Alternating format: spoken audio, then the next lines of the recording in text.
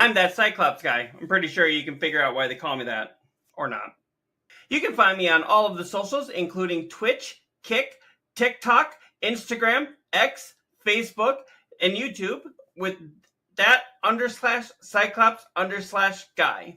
I'm a variety streamer. I play a ton of different games, everything from Tetris to Grand Theft Auto and everything in between. Let's do this. Hey everyone, Koimiya X here, dad by day, gamer by night, sometimes streamer, aka old man. I give the hot takes here at Garbage In, Garbage Out that nobody has asked for. I am a variety streamer that has been streaming for 13 years now.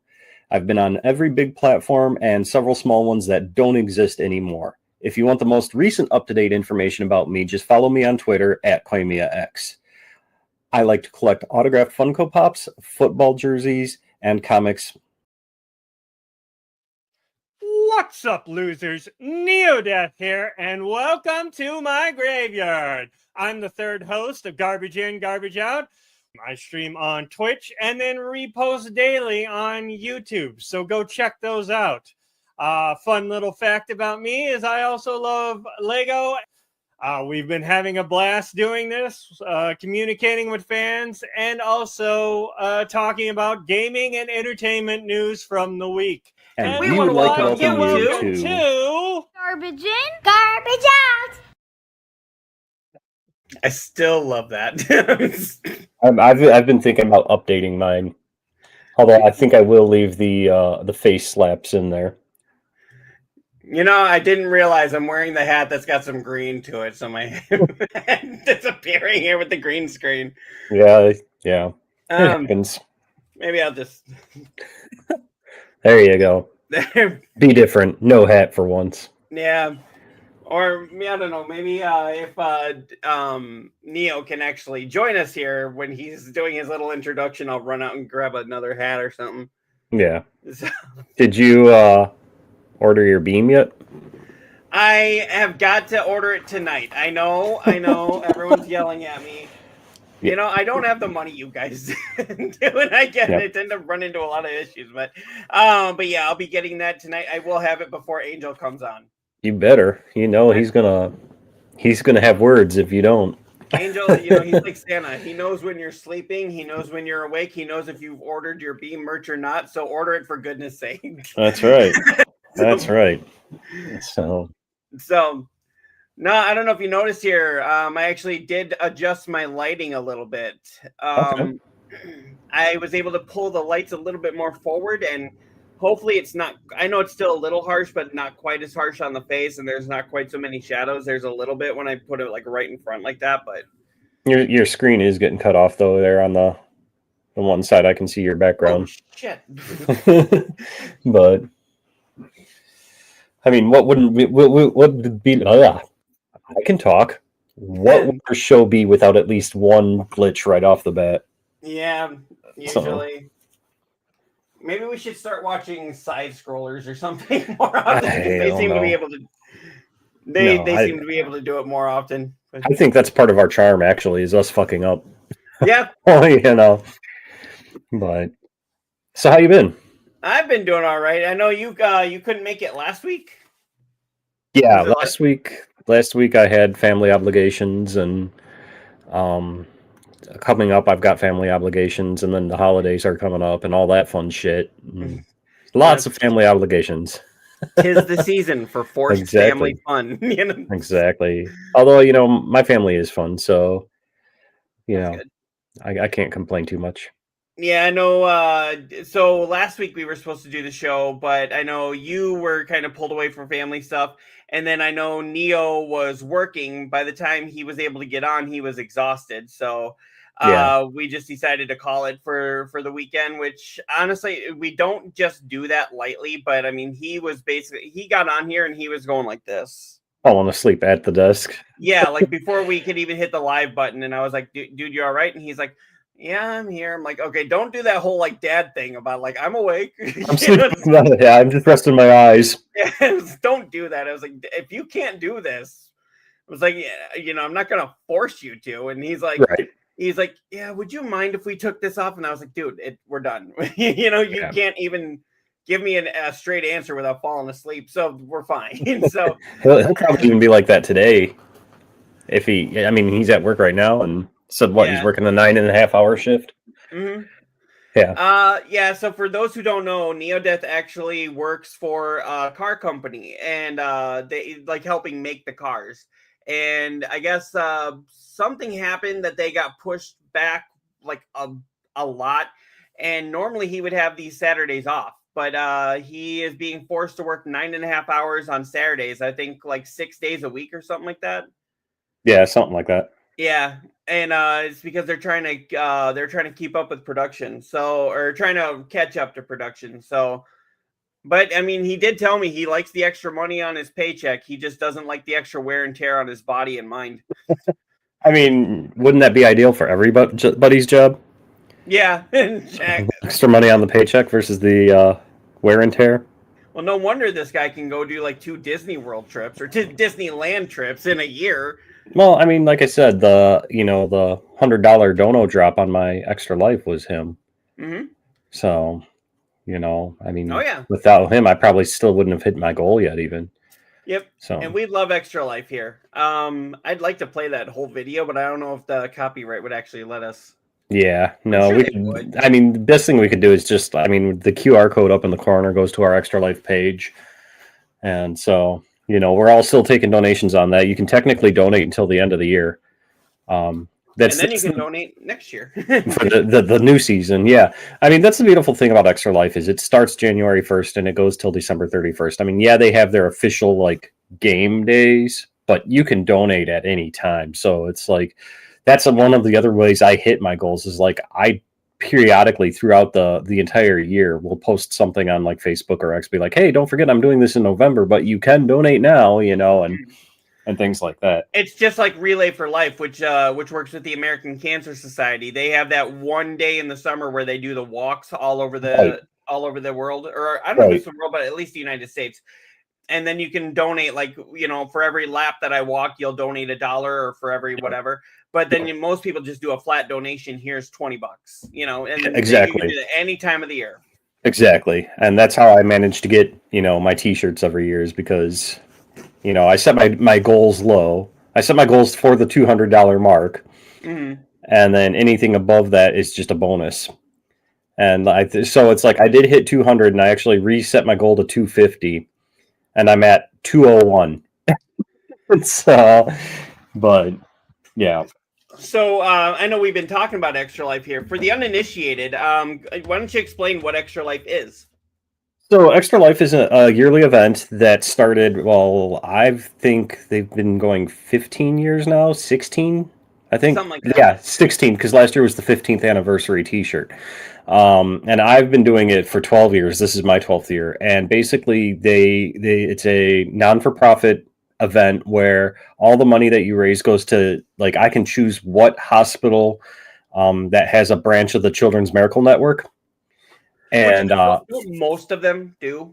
You would think that, but I don't know if most of them do or not. Like around me, the only two that I know of there's one up in Marshfield, mm-hmm. which is the Marshfield, Wisconsin, which is the hospital that I play for, and then the only other one that I know of near me is Madison. And but I mean, Madison's got that big ass, UW. Yeah, Madison Hospital up there, and so they've got it. But what Children's Miracle Network does is all the money that they raise goes to helping those families, like, help pay for bills for their kids. Like if the family has to stay in a hotel near the hospital, it'll help pay for the hotel rooms, things like that. And like I don't see a cent of the money that I've raised. It all goes to the Marshfield Hospital. You get to have fun with your community and playing video games, and that money goes to helping children. I mean, it's a win-win. Really. It is. And then, if you do donate money, you can do it as a tax write-off. Like when you go to do your taxes in April, they will send you a letter in your mail that, that you can claim as one of your forms and things like that. And, it's a good event, and it's for a worthy cause. I remember this was well before I met you. I was actually thinking about doing something like this, but then again, ADHD, I'm the idea guy. I don't know how to execute things, Right. And I was like, what if like people paid, because I was doing Relay for Life, and I was like, what if people paid to watch you play video games, and then the money that you raise went to like, all these causes and stuff like that. And I was even trying to talk to friends of mine, and I was doing this for like a couple of years, and then I want to say it was my friend Kurt actually came up and was like, they have a thing called Extra Life, and I was like, what the flying F is Extra Life? And Right. so that's when I started researching more about it, and I was like, so basically my idea was already taken. Great, it's kind of sad about it, but then I saw like what they were doing, and I was like, I've got to work with these people. It's like they obviously you've got the people that can execute this plan working here, and I want to be able to do something with them. I'd actually love to meet them, maybe even have them come on the show, and even maybe do some work for them, because they need help at like some of those events that they do. Yeah, I'm sure we could look into that and find some spokesperson to be on here and be able to talk it up more than we can. And the one thing that, like, when I tell people about it, that they kind of just go, is like they hear, you stream games.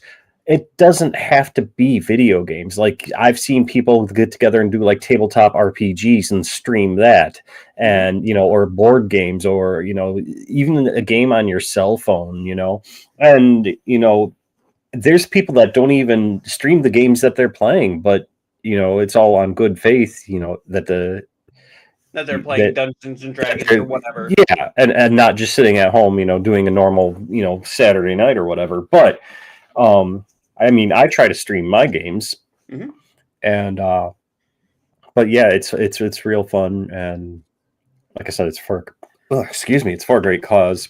And like, this is the shirt this year, when you hit the $200 goal, and it's got their little logo on the front there, you can kind of see it. This is actually what I want to get for my next tattoo. Is this that would be awesome? This little controller with the angel wings and the halo. And I'm going to get it like right here on my hand. Oh, right where you can see it. Yep. But yeah, so that's going to be my next tattoo. That right there. Yeah. I know. You can kind of see it in the background too. There, I have that right there. So. And to change kids' health, and that's how I used to promote it too. Is I would be like, I'm playing video games to help sick kids and their families in their time of need, and. I would get a lot of people that would be like, oh, I'm interested in that. And then all of a sudden it would be like, oh, I'll donate. And then I'd be like, hey, time to donate. And they'd be like, oh, hey, maybe I'll do it with my next check. Hey, next check. Is it time to donate? Oh, sorry. Exactly. And I get that a lot too. And that's the other reason why I kind of mention it throughout the year, because, their main event is always usually like the first weekend in November. But then it's like, you've got all these fucking holiday things coming up, and, you got Thanksgiving, you got Christmas, you got to think about gifts for kids and things like that.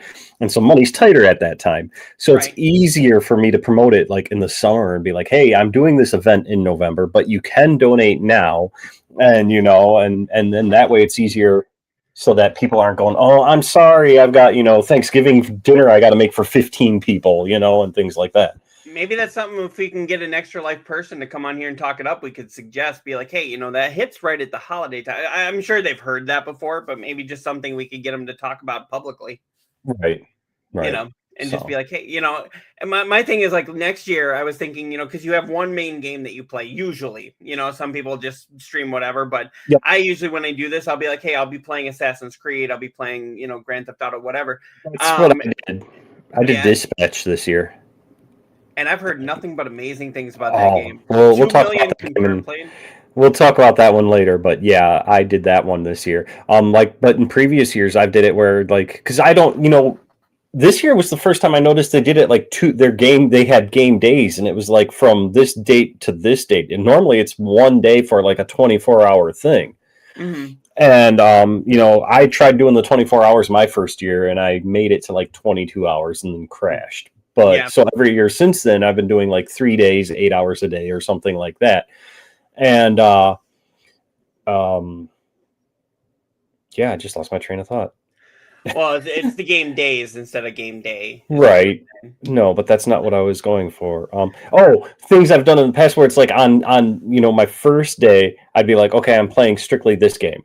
And then on my second day, I'd be like, okay, I'm going to play this MMO. I'm going to start a brand new character and just see how far I can take this character in 8 hours, or like Diablo 4 or something like that. And so I try to do fun things like that. Yeah, and that's what I was doing a lot of them too, because I was doing Assassin's Creed. I want to say it was Assassin's Creed Odyssey, and I was trying to see like how far can I actually get in this game, and then it turned out within like an entire 12-hour period, I went like still in the first area. Yeah, I was still in like 12%. Right. Like what the fuck, you know.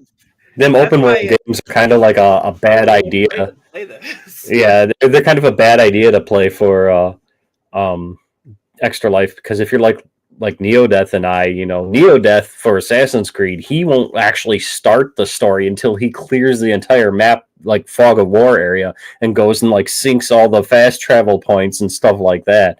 So he'll go through the entire, like as soon as that open world opens up, he'll go through the entire thing to clear the map of all the fog before even starting the first quest. I know. That was the thing, is like with Assassin's Creed, I want to say with Odyssey, I want to say I played like 2 full streams, because I do about 3-hour streams, and I want to say I did 2 full streams of it, and I was like, oh wow, I wonder how far I'm into the game.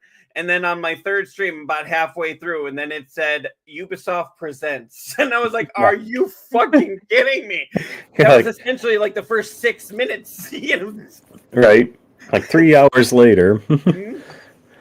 No, and I mean I know that's been a big thing, a big contention for a lot of Assassin's Creed players has been like, hey, these maps there's too much to do, and this is not the kind of Assassin's Creed that we fell in love with. But right, yeah, I am excited to actually play this though. I've wanted to play it when it first came out, but never got a chance to. But I haven't finished it yet.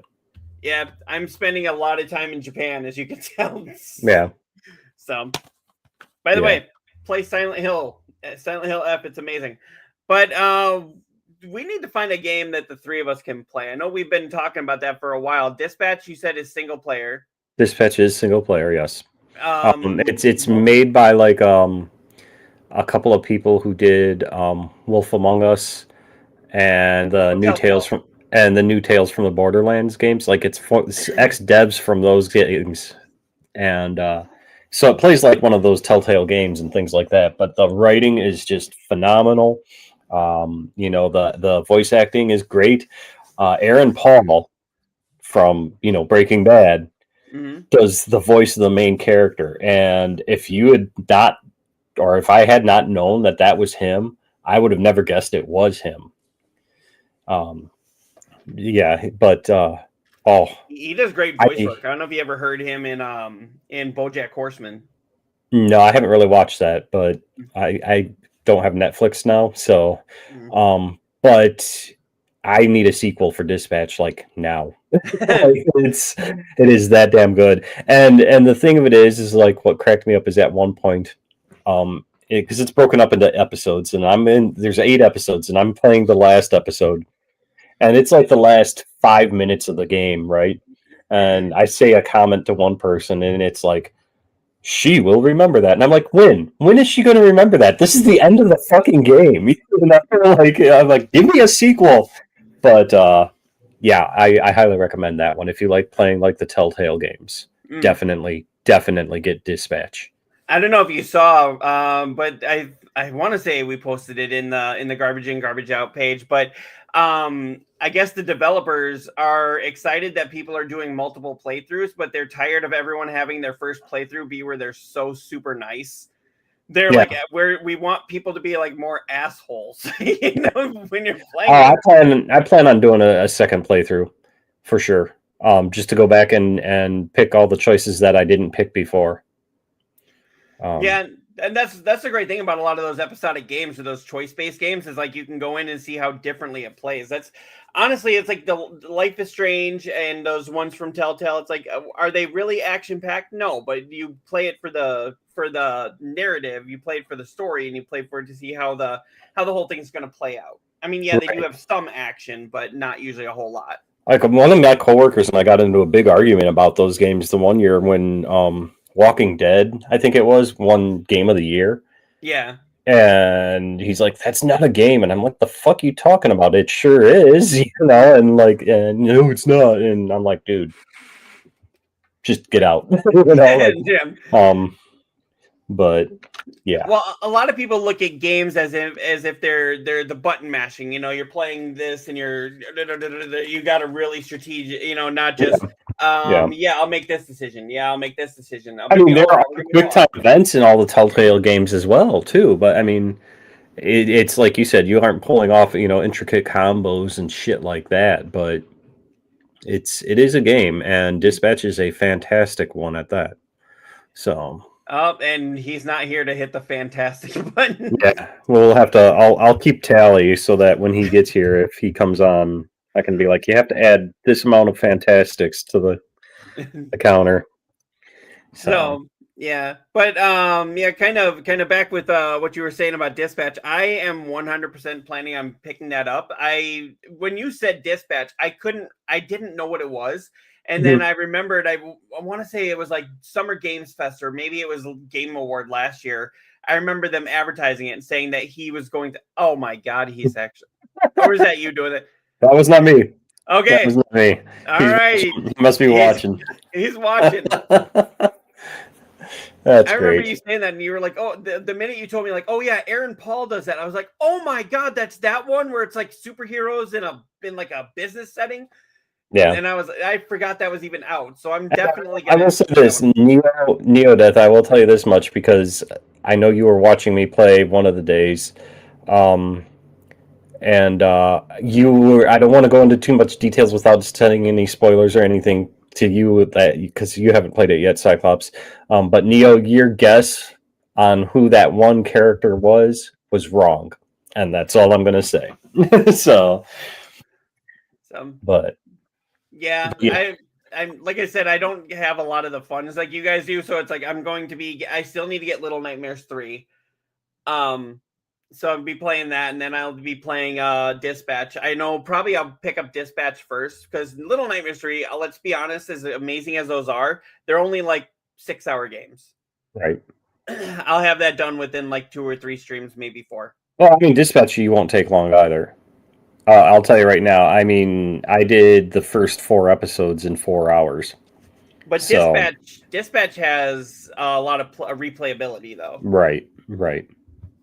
So, and it's like, I sit here, I'm like, oh yeah, I'll play this. This is going to be like at least a month and a half. That's a time sink right there. For the stream. Yeah. Yeah, and then I picked up Grand Theft Auto 5. I actually didn't buy that again. I picked it up as a used game that I got for $5. So I picked that up again because I want to play that again before 6 comes out. And I picked it up fully intending Grand Theft Auto 6 to come out in May. And well, I got some extra time. I'm not even kidding. So you can tell. See, I picked it up. It's not even the original box art. It's like, what they photocopy or whatever. Right. So yeah, I picked this up fully intending that, and I'm not even kidding with this. The very next day, they said, "Oh, it's a 6-month delay," and I was like, "Motherfucker!" How do you feel about the Red Dead 2 update thing that they're doing? Oh, bringing it to the 5 remaster or whatever of the original. No. They're of Red Dead 2. They're now doing a remaster of that, or like upgrading it for PS5 nativity and Xbox Series X and all of that. I thought that was Red Dead 1 they were doing that for. They're doing that for 2 as well? Yeah. 1 already came out. They're now doing it for 2. Red Dead 1 came out as an update for PS4. Right, and Red Dead 2 did for PS4, but now it's coming out for the PS5 as well. Okay. Yeah, because I knew that they were like updating like Undead Nightmare and stuff like that. Now you got me second guessing myself. Hold on. Sorry. Asshole. Look at my face. I definitely am. Okay, I don't know what I'm doing here. That's just dumb. But yeah, I had heard about them doing remastering Red Dead 1 for PS5, and people were kind of shocked about it because they had just done it for like 4 and Xbox One, and Maybe now it they were is. doing it because they were also remastering Undead Nightmare, from what I understood. Oh, yeah, it is 1. I thought it was 2. Yeah. My So, bad. I mean, it's been a long time since I played the original Red Dead, so I might jump back into it, but I don't know if I really want to, Right. because I don't want to see what happens to John again. That was sad enough the first time. Spoiler alert, I'm sorry I should have said that before. But yeah. If you haven't finished Red Dead 1 by now, what's wrong with you? yeah. Honestly, did you see there was a guy, I think his name's like Lex Clips or something like that, on YouTube? He actually interviewed Dan Houser.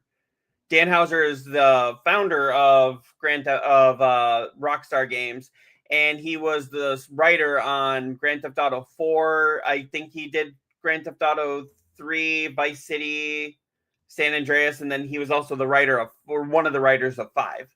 And he was actually being asked like all about like Red Dead and Grand Theft Auto, of course, and Bully. He said the only reason they didn't make a Bully 2, they wanted to, and apparently it was in production twice, but it was a bandwidth issue. And then he said the only reason they didn't do Red Dead sooner was because they had a smaller team and they wanted to focus on GTA 5. And he said GTA 6 hasn't even been in development for, I want to say, he said it's been in pre-development for about 7 years, but it's been in only full development for 5. Only. Yeah. So, and then he said they actually did have to restart, but I guess he has nothing to do with GTA 6. He left the company before they were officially working on 6. He didn't write it, and I was like, so I'm still willing to give it the benefit of the doubt, but just know it's probably going to have a different feel. Right. But then again, what game in the Grand Theft Auto scheme didn't have a different feel? I mean, I'm not going to lie. I re-downloaded 5 just the other day. I re-downloaded 5. Mm-hmm. Now, whether or not I actually sit down and play it is another story, but I did re-download it on my Pro. So yeah, he did actually go into why Agent. Remember when they announced Agent like way back in the day? Yeah, for like PS3. Yeah, and he said that's one of the biggest regrets of his career was announcing that so early, because he said we barely had concept art of that. Oh, they even had like a Facebook game for it, because I used to play the shit out of that Facebook game. But he was like, we barely had concept for the full game, and he was like, you can't really make a. He was like, you did like LA Noire or whatever that was. He was like, they were able to do that, but you can't really make a spy game and make it open world and make it where you can do anything you want while following this narrative of, go here, don't be seen, do this. He's like, how are you going to do that as open world, do whatever you want, give the player the freedom that they expect out of a Rockstar game, and keep it linear so that, Right. He's like, it's easier to do it when you're a criminal because they'll go to where the money's at. They go here, they go there, they go here, they go there. He's like, it's a lot easier to do that than it is for the spy to do that. So he said basically it's just the story didn't come down. They couldn't figure out the story and how to do it on a gameplay. And apparently, I didn't know this, but apparently, did you know Nico Bellic was supposed to die in Grand Theft Auto 4? I thought I heard that somewhere. Yeah. He said that they originally wrote it that Nico would die at the end of 4, but the reason they didn't was because from a gameplay standard, after the credits roll, they didn't have any other players or any other character you could really take over for and could do Nico's part, where in the original Red Dead, they were able to kill John and then you were able to finish his stuff as his son. Yeah. Nico didn't have a son, and Roman wasn't the violent person, and who else are you really going to be? So they had to keep him alive. So that's why you actually ended up either having Roman killed or Kate killed. Huh. Because they knew it would still hit the same emotional heartstrings. Right. But it wouldn't affect the gameplay. And he was like, literally, story gets changed by gameplay. And I was like, at least he's being honest about this. A lot of people would sit there and go like, no, figure it out. It's like, no, there's no way to figure that out. Yeah, that is, huh? Yeah. Yeah, I've been learning a lot watching that interview with him. No. And apparently, the whole reason that GTA 4 was so much darker than the first one was because he was Sam Hauser was living in New York at the time, and he said he wasn't really happy. He was kind of in a miserable state of mind, and now when he goes back and plays it, he's sitting there going like, "Oh yeah, that's from because I felt like this. That's from because I felt like this." Okay. Um, So what else have you been playing besides Silent Hill and Silent Hill? yeah, I did a lot of Silent Hill. Silent Hill's amazing, though. I mean, are you a horror fan? I forget. I mean, I got to be in a mood. Okay. I've got to definitely be in a mood. I mean, it seems like as I get older, I'm not as much. And it's not that it's like, oh, the game is too scary or whatever. It's just it doesn't hold my interest like it used to. Like all the older Resident Evil games, I loved those back in the day. Mhm. Parasite Eve, I fucking loved Parasite Eve. We need a new one of those. So there's a horror game you should hear about. I don't know if I've talked about it enough before, but The Suffering. Yeah, that too. Like, but as I've gotten older, I don't know. I just haven't. Just they just haven't held my interest as much as they used to. Yeah. I get what you're saying. With Resident Evil, a lot of people are always pinning Resident Evil against Silent Hill, and I'm like, if you look at it, Silent Hill is more action horror. Or I'm sorry, yeah. Resident Evil is action horror, and Silent Hill has always been more psychological horror. Yeah. And this is really what holds my interest because it's like if you fuck with the head, if you can like make me think that one thing's happening and something else is going on, right, or actually shock me with a twist ending. Yeah.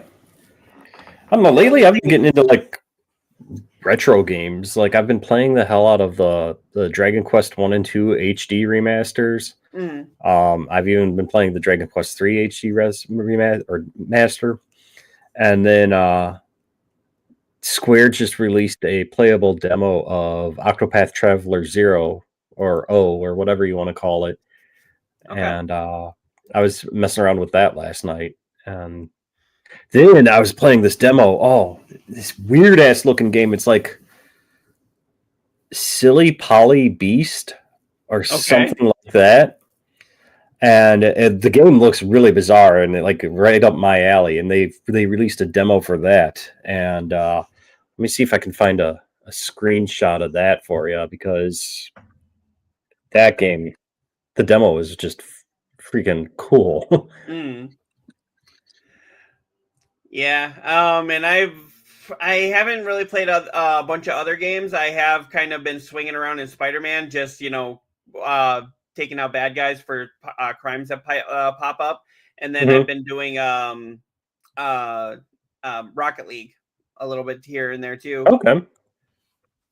Rocket League, I know it's kind of weird, a guy in his upper 40s loving Rocket League, but it's like, that game is fun. I don't care how old you are. That game is fun. Dude, I know a lot of people that play that game.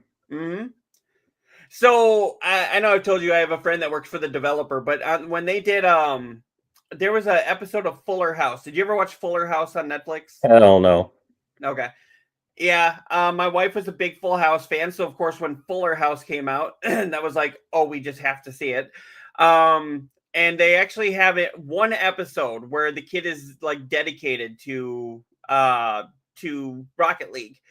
And he gets into like all these tournaments and everything. And then it turns out like his mom was like his friend on there because she wanted to spend more time with him because he was spending more time on that game than with her and everything, than with the family. And I was like, I actually asked him, I was like, so is there any accuracy to how quickly that kid went from like noob to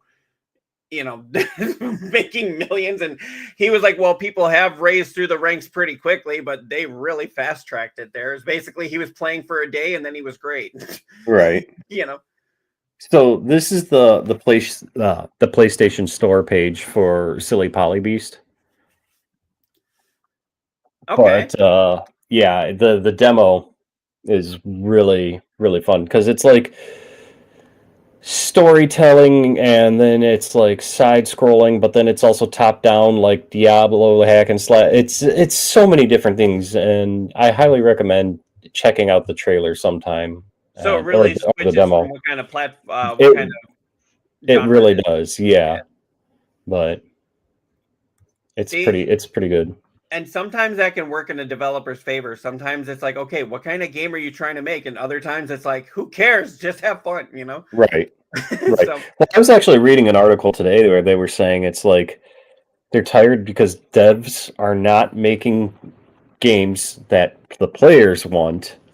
And, the Golden Joystick Awards is clearly an indication that because people want single player games and devs just keep rolling the dice on live service games, and or they keep making the same thing over and over and over and over again. I mean, look at Activision. Other than Call of Duty, what does Activision make anymore?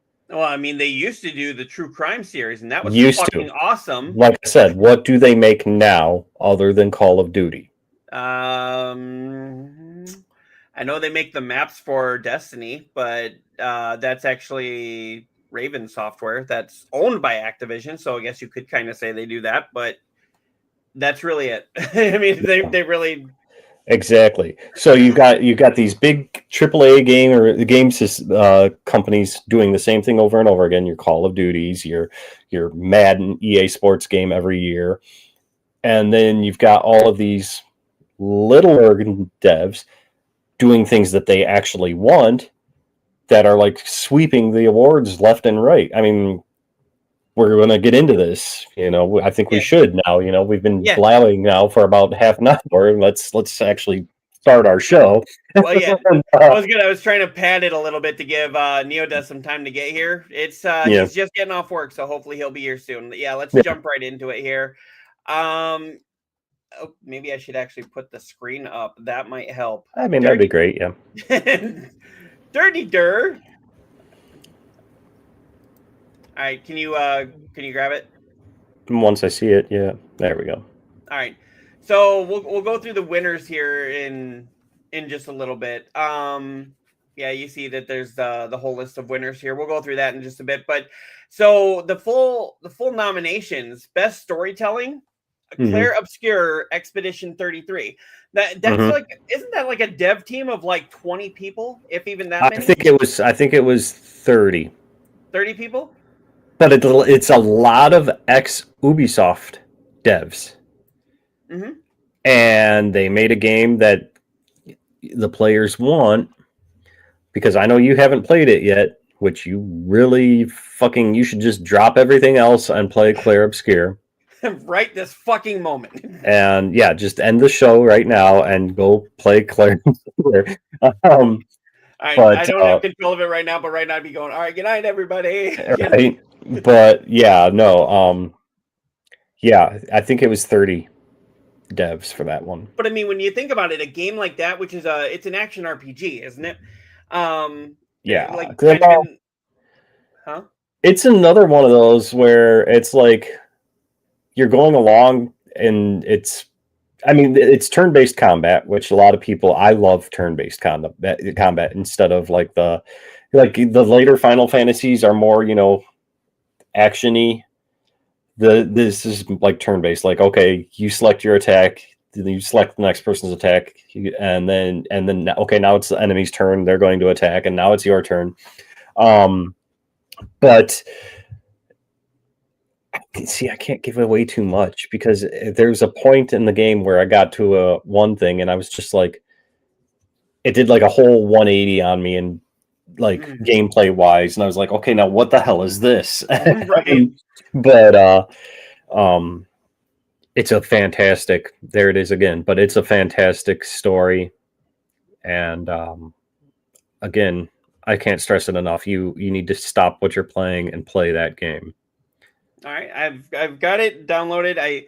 I'm one of the few that didn't get rid of Game Pass the minute they did all that, so I've still got that. So maybe I'll get it on there. You should stream it. I'll definitely stream it. Yeah, starting today. Yeah, and that was going up against Silent. Starting today. Yeah. Yes. I've got people coming into my apartment next week. I got to clean in here. So That's next week. That's next week's Cyclops' problem. So, I've done that before and then literally come right down to the wire. Yeah. But yeah, and that was going up against, so this is storytelling. That was going up against Silent Hill F, which I can kind of see them being nominated but not winning, because Silent Hill F, as much as I've been talking that game up, to get the true ending, you have to play it at least 4 times. Right. You get the ending that everybody gets, and then you get, then you have to make different decisions, and you get a different ending. And then, after everything, it's like, wait, I had to go through this whole thing. And I get it. They're like, okay, you do, sometimes you get scenes, you get playable levels, you get cutscenes and dialogue that changes. And I'm like, I get that, but you're still telling me I got to play the same game 4 times to see how it ends. He's on his way home from work, Seb. Oh, okay. He's on his way home from work. He'll be here shortly. Blueprints, I don't know much about that one. Mafia the Old That's a fun game. Blueprints? Yeah. That's a great puzzler game. Okay. Mafia the Old Country, which I haven't played. I've heard the only problem I've heard about it is that it's incredibly short, but that's also why they only charge $40 or $50 for it. 40, I believe. Yep, Yeah, it's definitely excuses. Definitely excuses. Well, yeah, but he's adulting. Oh, okay. I was like, wait, what are you talking about? Yeah, Lost Records, Bloom and Rage, which is from the same people that did the Life is Strange, the original Life is Strange. Right. Did you play that one yet? Bloom and Rage, not yet. That one's pretty good. One I got to get. I didn't finish that one, but what I played of that was pretty good. And then it was up against the 100 line Last Defense Academy. I don't know much about that one. I'm not familiar with that one. Then what was it? It was the winner was Peak, the best multiplayer game. Now, when you can come out, and this is not a sequel, prequel, reboot, or anything, and you're going up against all these other games that are hugely successful franchises, that's a great thing. I don't know if I'll play this one, but what is it?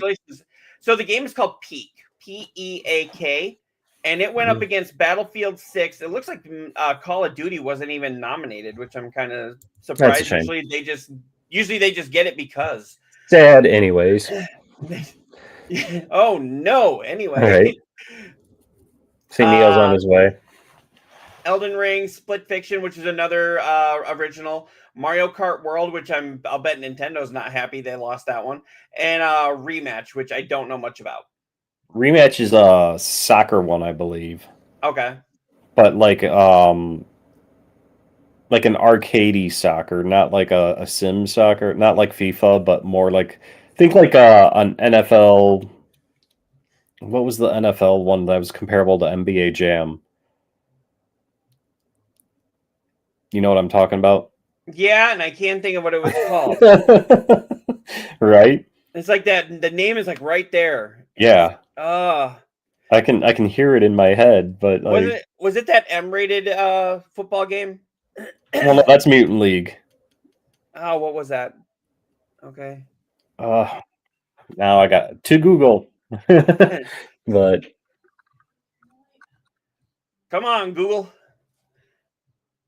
And then they went to Best Visual Design, which honestly I'm not surprised to see the nominations here.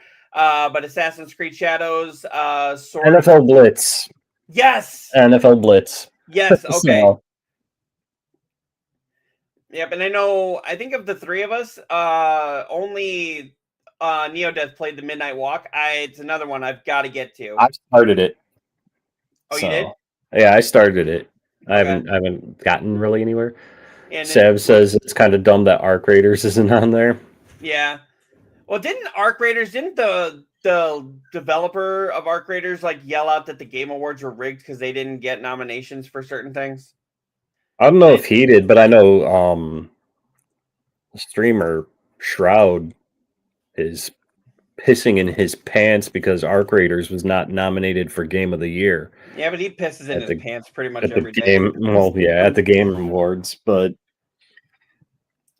yeah, a lot of those things with the streamers and all that, and I'm just like, you know what? Shut up. You get paid to do what I'd love to do for a living, and you're whining about it. So, Claire Obscure won that one, and then Death Stranding 2 on the Beach was up for that. Now, best indie games right now, I think, are where it's at.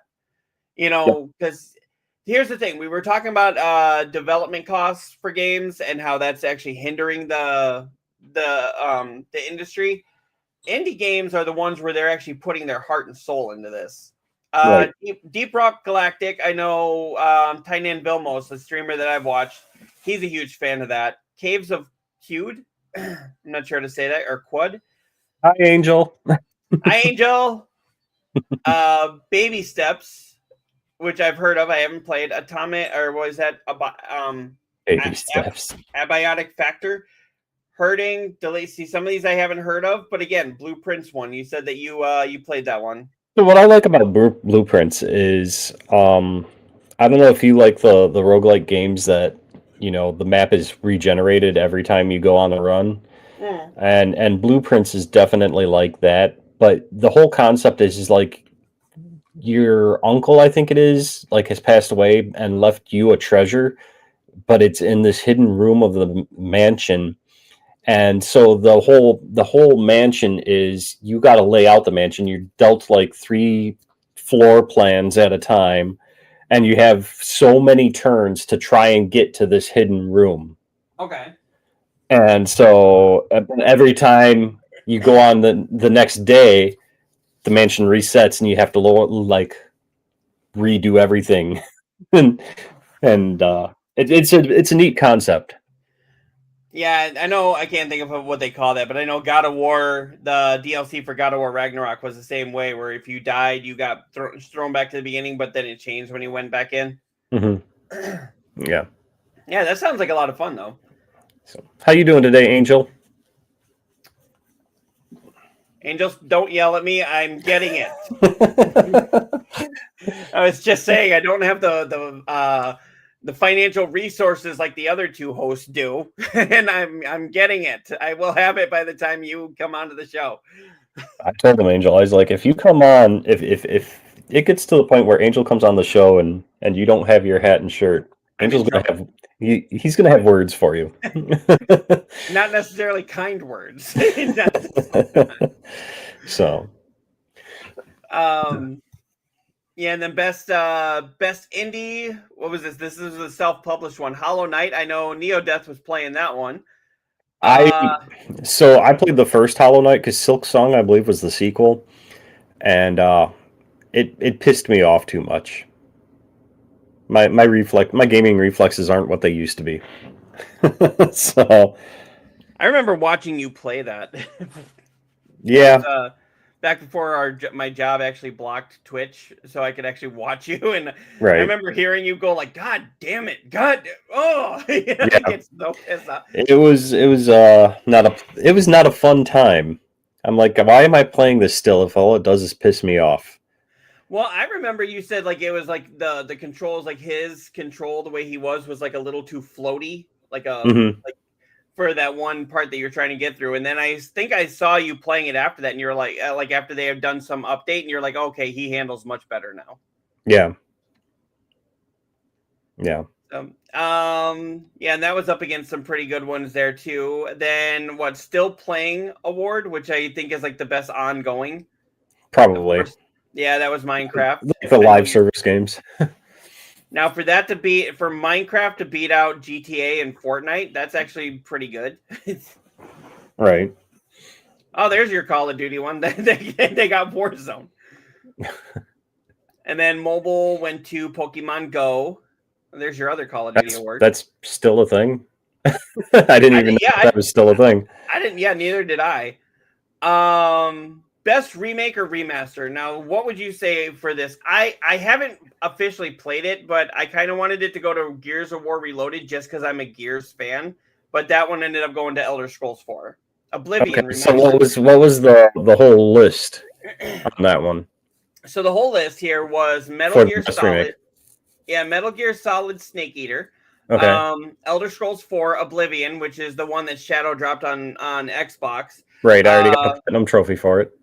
There was Trails of Sky first chapter, which I'm playing right now. The Talos Principle Reawakened. Okay. Gears of War Reloaded. I have that. And Tony Hawk's Pro Skater 3 and 4. Okay. And Elder Scrolls 1? Yeah, and Elder Scrolls 4 Oblivion Remastered 1. Okay. I would say that's deserving of that because, I mean, did you ever play the original Elder Scrolls 4? I didn't. Okay, because just graphic wise and quality of life updates that they did for it are top notch. Okay. So, I mean, I could see why that one got it over. I mean, don't get me wrong; those other remasters are probably really good too. Mm-hmm. But I mean, because I know the Tony Hawk remasters, the graphically are night and day from the PlayStation 3 version of those versus the PS5 now. But I'm glad you're doing excellent, Angel. I did see your comment earlier. It's just I just hadn't had a chance to get to you.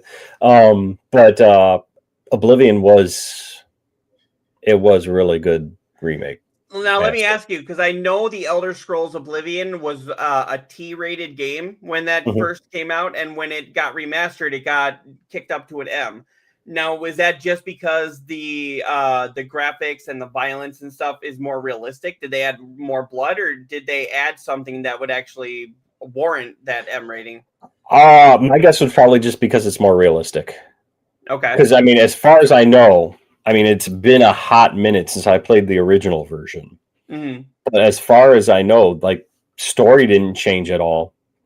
Like, you know, I guess some of the voice actors maybe like came in and re-recorded some of their lines and stuff, but by and large, it's still the same game it was, X amount of years ago.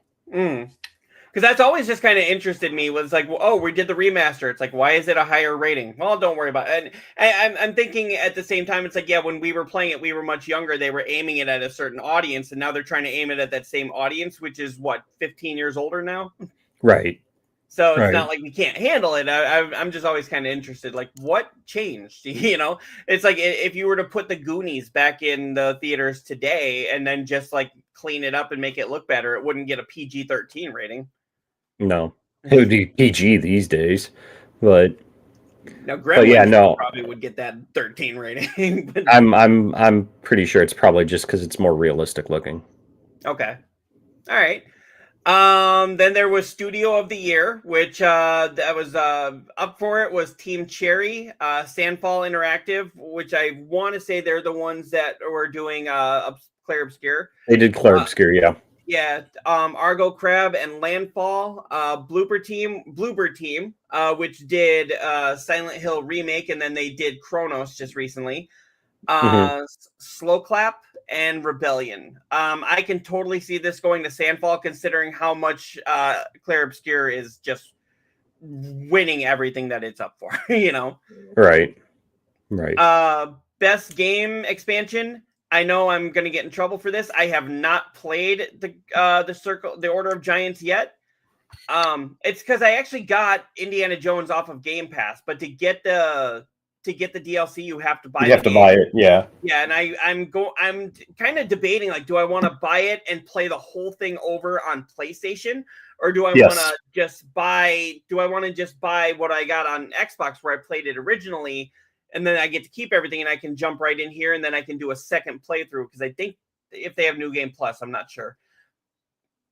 I haven't really played the Indiana Jones game. It's amazing. And now that I've gotten rid of my Game Pass, I don't know when I will play the Indiana Jones game. It's amazing. I've heard nothing but good things about it, and I mean, what little bit I did play of it, was it Troy Baker who's doing Ford? Yeah, he does it. He does a great job. He does a really, really damn good job as Ford. So. Well, what's funny is actually the guy that runs Blizzard.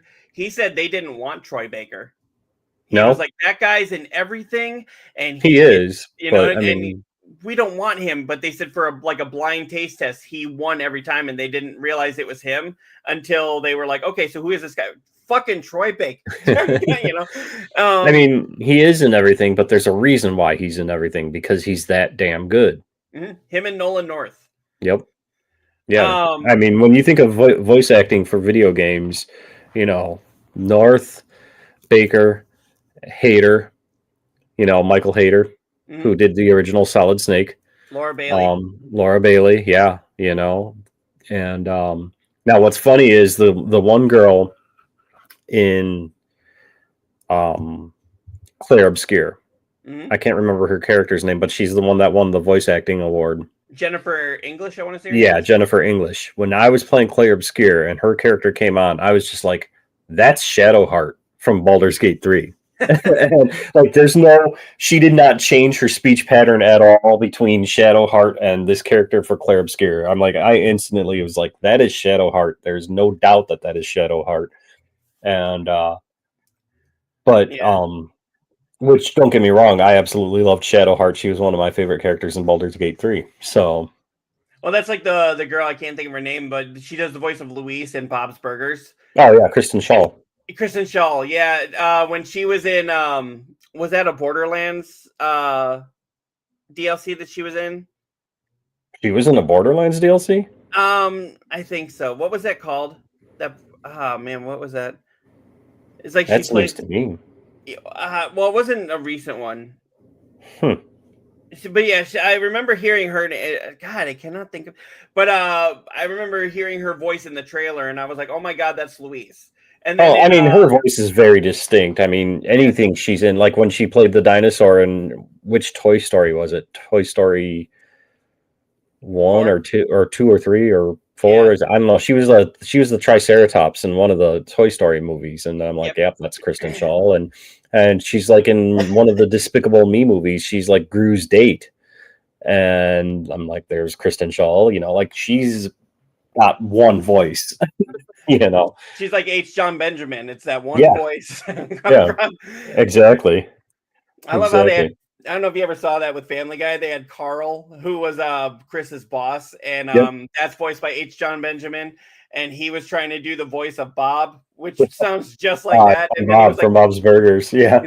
He's like, hey, I'm gonna do an imitation of Bob's from Bob's Burgers. Hey, I'm Bob. And then he's like, now I'm gonna do Archer. Hey, I'm Archer. Now this is Archer talking to Bob. And it was like, oh my god. And then he could also do it. He could, you know, if he wanted to do a real throwback, he could have done Coach McGurk from Home Movies, because you know, he was McGurk on that. And you know, actually, one of the producers of Bob's Burgers was the producer of Home Movies. Oh, really? Yeah, that Lauren Bouchard or whatever their name is. And so well, Archer even did a like the beginning of one of their seasons where he was Bob, and they even had like Linda and Jean do voices on there. And I think they had Louise as well, because Kristen Schaal's been on a couple episodes of Archer. But the guy that did the voice of Jean too, I think they were like secret agents working somewhere else. Yeah. Yep. Yeah. And his name is actually Eugene in real life, so you know, Gene's not that bitch of, you know. And both of them were actually on HBO, Flight of the Conchords. Yeah. So, I remember seeing an interview with H. John Benjamin. He was saying that when they do the voices, when he was doing both Bob and Archer, he said it was weird because Fox was actually producing both of them, but he had to go across the lot to go record for another one. And he said when he was doing Bob, it was more of like the traditional. They would do the table read, and then they would like have all of them in a room, and you know, and they would kind of feed off each other, and then they would animate around the voice. But then when he went over to do Archer, it was one person. You recorded it line by line, and it was like I think he said he didn't even meet like most of his castmates until after season 1 had wrapped. And I was crazy. like, wow, and it's being produced. All of them were produced by Fox, but it was the production company that was working with them. Right. So you got to do it the way that they're doing it. And I'm like, okay, well, I mean, you can't say it didn't work, but where I was going with that, it was funny. He said that he would actually wake up in the morning and he would go do Archer first. So he'd have to get in like that angry, kind of selfish, self-centered kind of mindset. Mhm. And then right after he was done with that, he said he'd get like an hour for lunch and then he'd have to go record for Bob. And there was a few times he said, if you listen, Bob sounds angrier because I couldn't get out of Archer's head. and he was like, just some of his like lines, I think he said in like season 2 or 3, is like they sound angrier than they should be. And I'm like, I was watching a newer episode. I was watching a newer episode of Bob's Burgers the other day, and he had a line that I died laughing because they were in the restaurant and there was some guest in the restaurant and the kids were being the kids, and Bob's just like, sorry about our children. We tried. Like, just like, I get that. But, delivered only like H. John Benjamin can, so. Oh God, I miss Archer. I really wish that show would come back. I know it's not completely gone, but I think they're pretty much winding down. Yeah. So yeah, and then game expansion, that was, like I said, that was Indiana Jones. That was actually won by Lies of P Overture. And that was actually one against Elden Ring didn't take that. Still Wakes the Deep is actually an amazing one. I don't know if you ever saw that one, but that is a fantastic game. I'm gonna steal a line from you. That is a fantastic. I know of it. I have not played it. So, and like I said, I've got Assassin's Creed. I'll be playing it. So I can't make a decision on it right now, though. Wrong comment. You're playing Clair Obscur. Yes, I'll be playing Clair Obscur as well. Starting tonight. I gotta clean tonight. No, I told you that's next week's Cyclops problem. Clair Obscur is your only problem tonight. Baby, she's being a bad influence. She's got the radio on. You can thank me later. Okay. What you got to do is you got to sit down and play it with her watching. So she has to watch. She doesn't have to, but I'm just saying it's one of those games. Because my wife, this is how I know a game is good: is if my wife sits down on the couch and watches me play a game, I know it's a good game. Okay. And she's only done that for a few games. Like she's done that with the Last of Us.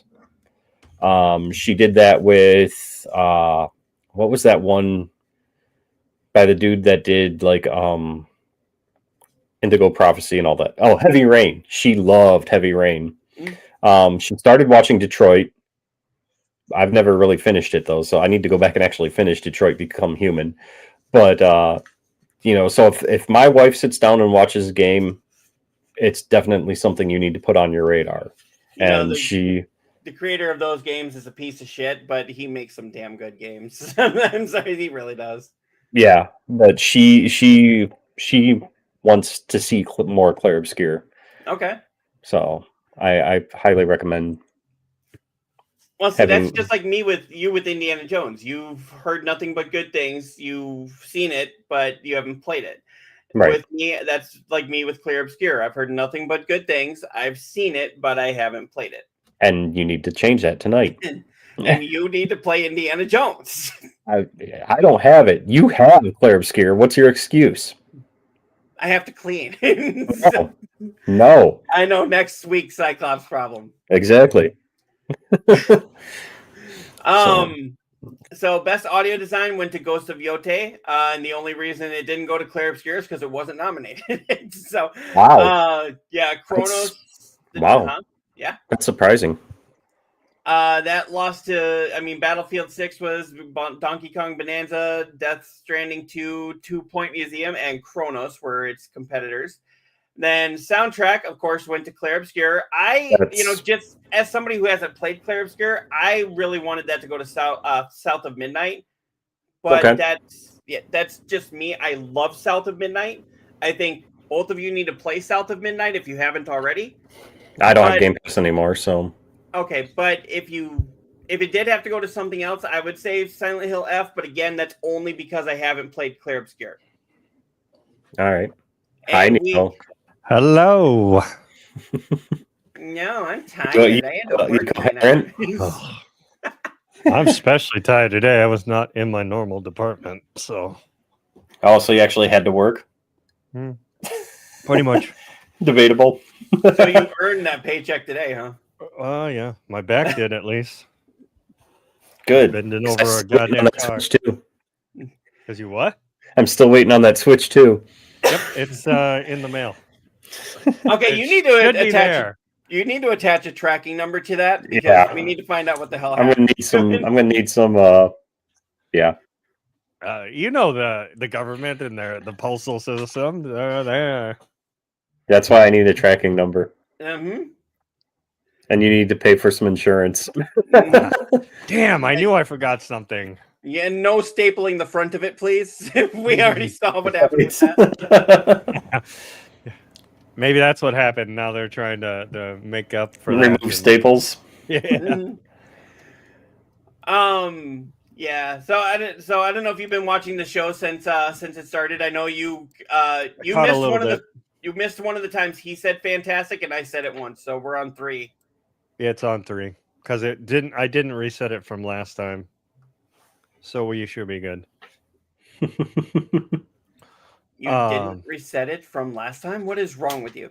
I mean, it's a death counter technically, so I forget to reset it. So,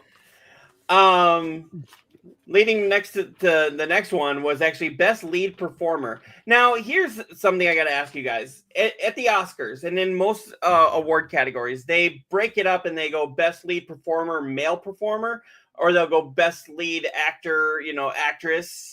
Do you think they should do that here? Because I mean, you're putting Jennifer English against Troy Baker. Do you think it should be broken up like that, or do you think it should just be best? Yeah, lead but I performer? mean, in a video game, usually you have one protagonist, whereas a movie you can have multiple and whatnot. I know some games can do that too, but it's usually you're that person. Okay, If that makes sense. I was gonna say Grand Theft Auto 5 did that. You had 3 different. You had 3 people there. Right. Well, yeah, and if you think about it, Grand Theft Auto 5 had 3 people. You've got so many games could say, "Oh, it's the lead performer," but I don't know. But that one went to Jennifer English for Claire Obscure. Now I'm a little upset that didn't go to Adrienne Ray for South of Midnight because I thought she did an amazing job with that Southern. Basically taking all the Southern folklore and then putting it kind of into a realistic setting and having her be able to react so great to it. But then you also had Troy Baker. Tell me Troy Baker didn't fucking sound like Indiana Jones in the 80s movies. Oh no, he was a perfect Ford. I didn't know it was a Ford. Yeah. But I mean, I did play a little bit. Sorry, I'm taking my shoes off. But when I had Game Pass, I did play a little bit of South of Midnight. That one actually, my boys really were interested in watching. Fantastic game. So, but I don't have Game Pass anymore, so I can't play it. Why did you get rid of Game Pass? I got rid of it after they did that whole price hike shit. Oh, okay, that makes sense. Yeah, a lot of people did. And to be fair, I don't play my Xbox as much as my PlayStation. So fair enough. I mean, I love both. I play them both equally, but fair enough, though. I mean, there are times when my Xbox just sits here for months. I mean, the most I use my Xbox for is because we have Spectrum, and I don't have cable TV. I just use the Spectrum app. Right. And my TV does not have the Spectrum app on it. My smart TV, because it's a Google Play Store on that TV because it's a Sony Bravia. Okay. And the Spectrum has some deal where they aren't on Google Play Stores, so I have to use my Xbox for the Spectrum app. Okay. So that's that's the main thing I use my Xbox for, is for watching TV. Okay, that reminds me. When I worked at Best Buy, there was a person that came in. It was a boyfriend and girlfriend, and he was actually sitting there staring at the Xboxes. And I'm not kidding. He was staring at them like this, and she was standing right next to him. And I was like, "Did these two freeze or something?" I walked up to them and I was like, "So how can I help you?" And they were like, "We think we want an Xbox." And I was like, "Okay, what kind of games?" And they're like, "We don't play games." It's like, the fuck you want an Xbox for? Thing, you know? And he was like, I just needed to watch Netflix. And I was like, okay, are you gonna do anything else? Like surf the internet, do this, do that, you know? And he's like, no. And I was like, so what are you're Get just yourself gonna a use it for smart TV. Right. I was like, Well, you're it's just gonna use it probably for this is Netflix? And he's before like, that. he was like, yeah, well, maybe Netflix and Hulu. And I was like, dude, come with me. I walked him over to the TV section and I grabbed him like one of those Apple TVs that were like $99. And I was like, dude, take this. And I said, look at this. I showed him on the back. I was like, you know, this was before Disney Plus, but I was like, look, Netflix, Hulu, da da da da da da da da. And I was like, here you go. This is $99 as opposed to $500. And it gets you exactly what you want, and it's not going to be any less. In fact, the only thing that's less is the money that you're gonna have to spend. Yeah, so he took it, and then I said, now, and I looked at his girlfriend, and I was like, now would be the good time to ask him to take you out to Ruth Chris for a steak dinner, because he's got the money for it. You know he does. My boss was upset with me. He's like, he was going to buy the more expensive thing, and I was like, we actually get more of a markup on these. And you want us to actually make him happy, right? So look, I just saved him $400. Right. So maybe he'll come back. Maybe he'll change his mind and want, you know, the gaming system too. He did. He came back and he bought like a TV later on, like a couple weeks later. He bought a TV and a bunch of other things and wouldn't talk to anybody but me. And I was like, well, there you go. So I got you a repeat customer. Loyalty. Right. But yeah, and we were kind of talking about this, Neo, before you got Jennifer English won Claire Obscure. Gave a kind of a weird speech, but we don't need to go into that. Best supporting actor went to Ben Starr, who was also in Expedition 33. Yep. Again, beating out Troy Baker. I mean, Troy Baker could not win that night. And I honestly expect a lot of repeats at the Game Awards this year. Oh, yeah. Yep, we're going to get into that. PC game went to Hollow Knight. I know, Koimiya, you had problems with that game. I think, Neodeath, you were playing that too, weren't you? Silk Song, yes. Okay. It is on the more difficult side. I would almost kind of compare it to a Souls game. It's like Souls Light. Okay. And yeah, I just haven't picked up any of those games. I stopped. I need to get back to them. And then console game of the year, I was surprised that Claire Obscure wasn't up for this, but that went to Ghost of Yotai. Kind of shocked Donkey Kong didn't win that one. Okay. Well, you're the only one of us that's played that. You know, I know that you are sending that to Koimiya with the Switch 2 that's in the mail. Yeah. Let's see. There was best early access game. I don't know. Have you guys played any of these? This was Grounded 2 schedule. What does best early access game mean? Like, what kind of a fucking category is that? Basically, best demo. Okay. Still dumb. I guess that wouldn't have best early access game to be that. What was it?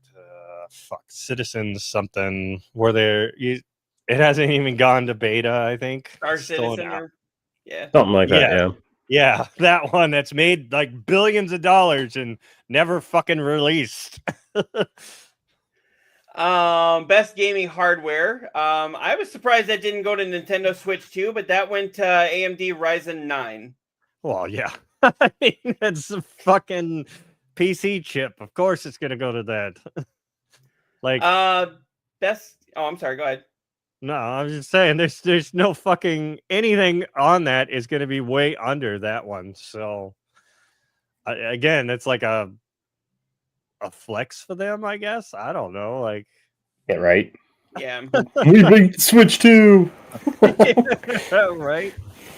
Best game adaptation. Now these guys did the right thing and at least nominated Sonic the Hedgehog 3. Secret Level, a Minecraft movie, which I know Koimiya is going absolutely nuts over because he loved it so much. The Last of Us Season 2, Arcane Season 2, and Devil May Cry on Netflix. Again, no Fallout though. What the fuck? I know. Yeah. Why? I think Fallout would have won that. Why did these award things have such a boner against Fallout? And I'm said that the way I meant to. I was gonna say. That's one way of putting it. It kind of feels like they don't have a boner for it. I thought I delivered the hot takes, but that one's all you. Or we should say, why are they so flaccid for Fallout? There we go. Best game trailer, of course, that went to GTA 6. I was surprised Wolverine wasn't nominated for this. You mean that Elder was another Scrolls one. didn't get it? Yeah, Elder Scrolls didn't get that. But I was really surprised Wolverine didn't get that because, I mean, name me one person that wasn't going like, when he was like ripping people apart. I was like, I just loved it. But that went to Grand Theft Auto 6 again. Not that surprising. Most Wanted game, of course, went to GTA 6. No way. Resonance is one that I'm looking forward to. I just want to know more about it. Onimusha, The Way of the Sword, looked great. Kingdom Hearts 4. Marvel's Wolverine, Kingdom Hearts 4, Crimson Desert, The Blood of the Dawnwalker. That's that vampire game that's coming out that I thought looked really good. Mm-hmm. Now, Intergalactic, The Heretic Prophet. I mean, it was kind of cool because it pissed off like a lot of crybabies, but other than that, meh. I think it looks awesome. I think it looks awesome too, but also 007 First Light, I think looks like it's almost like Uncharted meets Hitman. I think that looks great. My wife, who cannot shut up about this one, Lego Batman Legacy of the Dark Knight, which I think looks great. Black Myth, I don't know how to say this. Is that Zhong Kuai? Sure. Yes. And then GTA 6 and Resident Evil. I mean, nothing's gonna fucking beat GTA 6. I mean, again, that's like do they actually get an award for that fucking category, or is it just like hey, here's some honorable mentions? I would hope they don't get a fucking award for that. And then, Ultimate Game of the Year. I know Blueprints. Koimiya, you would love that one. Clear Obscure won that one. Mm-hmm. But it was up against some pretty tight competition here. I mean Silent Hill F, Indiana Jones. Pretty much the same ones that are going up against it in the Game Awards, isn't it?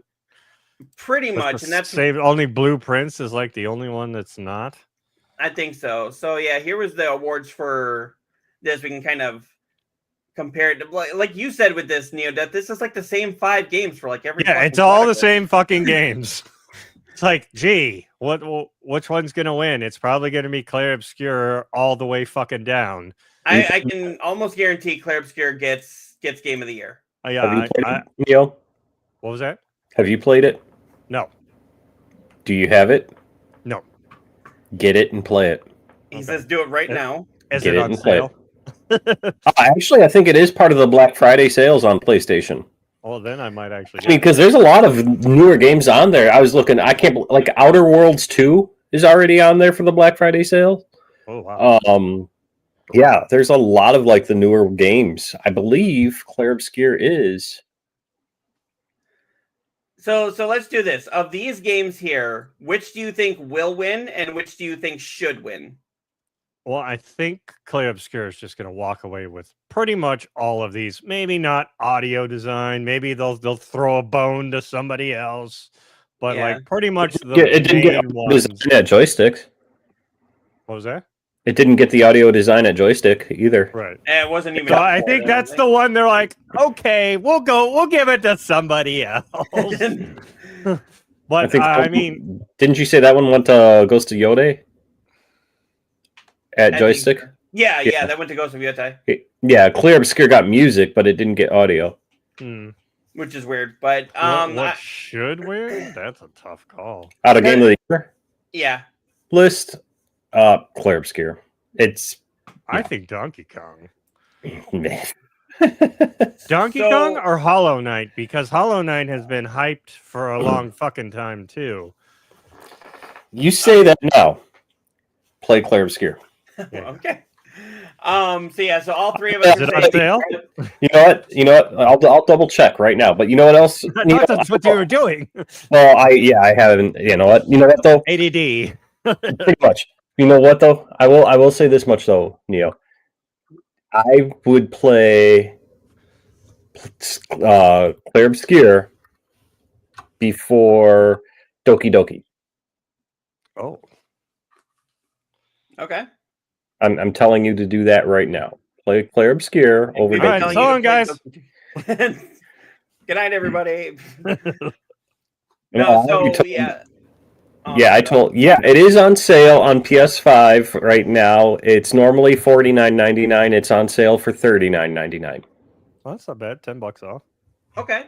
So So- all Does three it of us are have saying that special Claire editions Obscure- and all that dumb bullshit, or no? Oh shit! Now you're gonna make me bring that back up. Come on, don't you know me? Special editions where you get the extra bullshit. Hold on. So all three of us are saying Claire Obscure will probably win this one. It sounds like Neodeath, you're saying Donkey Kong Bonanza is your personal game of the year, Right. but you haven't played Claire Obscure. Right. And I'm saying that without playing it, then this is just because I want to have all of us have something on here. Claire Obscure will win it, and that's the one I'd like to see win, just because I haven't played it yet, but I've heard nothing but amazing things. All right. I could also see Death Stranding somehow sneaking in there, but doubtful. Okay. All right, here, bring up what I just brought up. All right, go ahead. Oops. Okay. There's your standard version, your deluxe version, or the deluxe version is $59.99. The standard version is on sale for $39.99. Right. But then you could also buy the add-on that's the deluxe edition upgrade for $9.34. I was just say that's cheaper to go that route, isn't it? Yeah, buy the standard game for $39.99 and then get the add-on for $10, which would be, $49.99, which would be what you're paying for the normal game. It's still $10 cheaper than buying the deluxe edition by itself. Right. Oh, I don't know why they do that. I don't either, but there you go. It is on sale. Okay. So it's a way to get money. I mean, game development is expensive. Haven't you seen Yeah. what they've spent on Grand Theft Auto 6? Yeah. That's the thing. Yeah. I mean, We'll talk about I that was later. gonna buy some Lego today, but my set was sold out, so I got some money to spend. All right. Would and then have definitely ran between Fallout and Last of Us. Okay. The next one that they had here, best art direction. Of course, Claire Obscure is up for that. So is Death Stranding 2, Ghost of Yote, and Hades 2, and Hollow Knight Silk Song. Of those, which I think Claire Obscure is going to run away with that one. And that is actually one that I'd like to see either that one or Ghost of Yote get. Art. Okay. I bet you Yotai will get that one because the art. If it's anything like the other Ghosts, the art direction in that game was just fantastic. Mm-hmm. Now you're saying it. Yeah, because that was really good, and I don't usually like that mythos of Japanese, and the art style was so good. Okay. All right. What do you think, Koimiya? As far as art design, Yeah, who do you think will win, and who do you think should win? So I'm going to say Ghost will probably win, just because of how goddamn realistic it looks. Right. Okay. But I think Claire should win that as well. Okay. And I'm not saying that because, I'm sitting here hyping Claire Obscure up your guys' asses like no tomorrow. It is... You're not doing it. They're doing it. It is a beautiful game. It is a very beautiful game. So... I mean, I've got a large ass, and you're putting Claire Obscure all the way inside. You're putting a lot of junk in that trunk.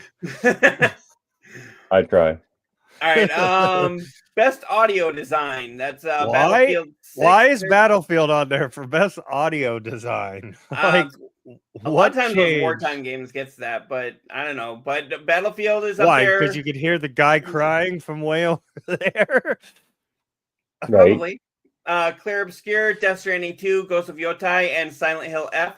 Just because it's the game that I've played here, I'd say Silent Hill F is the one I'd like to see win that one, but it'll probably go to Claire Obscure. I think the audio one will be the upset. I think that'll go to Death Stranding. Okay.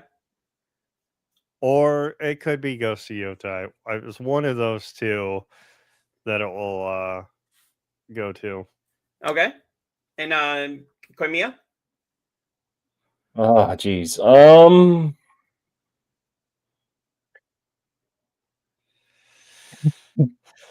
Yeah, Which you know what one's I'm going to fun? say. Yeah. You already know what I'm going to say. Easy there, fanboy. No, Ghost. I think Ghost will win that one as well. Okay, but you like Claire? Or? I like Claire, but I think Ghost is going to win that one as well. Okay. I'm gonna say yeah. Ghost will take audio design, and Ghost will take art direction. Okay. And game direction. Claire Obscure, Death Stranding, Ghost of Yotai, Hades 2, or Split Fiction. I mean, Obscure's just gonna wipe the fucking board. I guarantee it. But I think Death Stranding might come in on this one. That's my feeling. If Death Stranding's going to come in and yank one from everybody else, it's definitely going to be that one. Just because Kojima is so fucking weird, and so. He's weird, but it's like he's kind of like the kind of guy that I'd love to get to know because I just want to see what's in that head. For sure. And I think that his brain. And I think that if Death Stranding is to win any, it's going to be that one. Okay, so do you think Death Stranding will win and Claire Obscure is the one you'd like to see win? Yeah. Okay. And Neo? Yeah, Death Stranding's probably going to win. I mean, I don't know the other ones, but I have a feeling Claire Obscure is going to take it. Yep. So it sounds like all three of us are the same way. We'd like to see Death Stranding win that one. Claire Obscure will probably get it. Best multiplayer: Split Fiction, Peak, Elden Ring, Night Rain, Battlefield 6, or Arc Raiders. Oh, that one I would love to see Arc Raiders take. I'm surprised Call of Duty's not on that. I thought they got that nomination just because they exist. Nope. I would love to see Arc Raiders take it, but I think that Battlefield will. Okay. For that one, I'd like to see Battlefield take it. But I'll bet it goes to Arc Raiders though. So I'm kind of the opposite there. All right, Neo. I mean, I don't know any of those games besides Battlefield. Okay. But I think I don't want Battlefield to win. I'd rather have something else. So I think maybe Peak, because it won it on the other one, didn't it? Yeah. Yes, it did. I don't even know what the hell that one is. Yeah, I've never heard that one. I know I've heard the name, but I'm just like, what is that game? I like no image of it comes to mind. Right. So best narrative. That goes to Claire Obscure, Death Stranding 2, Ghost of Yotai, Kingdom Come, and Silent Hill F. Just because it's the one that I've played on here. Silent Hill F is that I'd like to see win it, but I'll bet Claire Obscure wins that one. Oh yeah, all the ways. Claire Obscure is going to take that one. I bet Claire would take that one as well. With the possibility of maybe. It's either like Death Stranding or Ghost. See, this is another one where I love Silent Hill F, but the narrative is like you've got to beat the game a minimum of 4 times to get the true ending. And there's a lot of people that don't want to do that. I can't say because I don't know. I've heard a lot of good things about Kingdom Come too. I haven't played it, so I can't say how well that narrative is. That was one I was not expecting to show up. So. Okay. So we're all saying Claire Obscure will probably win it. And I'm sorry, Neodeath, which one did you say you wanted to win? Death Stranding or Ghost. Death Stranding. I said Silent Hill, and I forget. Koimiya, what were you saying? You'd like to see Claire win it? Yeah. Okay. Now it seems like almost everybody nominated here is part of Claire Obscure. Yeah, one of Claire Obscure is going to win. So you've got Jennifer English for Claire Obscure, Ben Starr for Claire Obscure, Charlie Cox. I'd like to see Charlie Cox win for that, actually. Ghost of Yotai, Erika Ishii, Troy Baker for Indiana Jones and the Great Circle, and Kanastu Kato for Silent Hill F. Now, this is hard for me because I loved both of these games, Indiana Jones and Silent Hill F. They both did amazing jobs, but when it comes right down to it, I'd really love to see Troy Baker do this because, like I said before, I didn't know that wasn't Harrison Ford Yeah. not doing the voice until they told me. Yeah, I when I was first playing it, I was like, "Wait, they got Harrison Ford to come back and do this?" And then I think you told me, Adam, that it's Troy Baker, and I'm like, "What? No way! He like does a perfect fucking impression." So I mean, it'd be cool to see Jennifer English win this one again because she just won the Golden Joysticks. I would like to see Charlie Cox win it. But Troy Baker, like these two are the ones I'd really want to see get it. So- But I'm thinking it's going to go to either Charlie Cox or Jennifer English. So with these, is this kind of like the what is it, Oscars and the Emmys or whatever Academy Awards? Those are the two that go. Usually, if you win one, you're pretty much gonna win the other Yeah. type thing. So like the joystick one, is that pretty comparable to this? Yeah. Essentially, So- yeah. So you're figuring that it's probably going to be Jennifer English. Yeah. I don't think so. No? Who do you think? No. I think it'll go to Troy. Think he'll get it on this one? I think he'll get it on this one. Is it because it's American and not British? No. It has nothing to do with that. Okay. I think he will get it on this one mainly because he is Geoff's boy. Oh. So you think it's rigged? I think they'll throw him a bone. No, I'm joking on this, but I seriously do think that he will get it. I don't Great.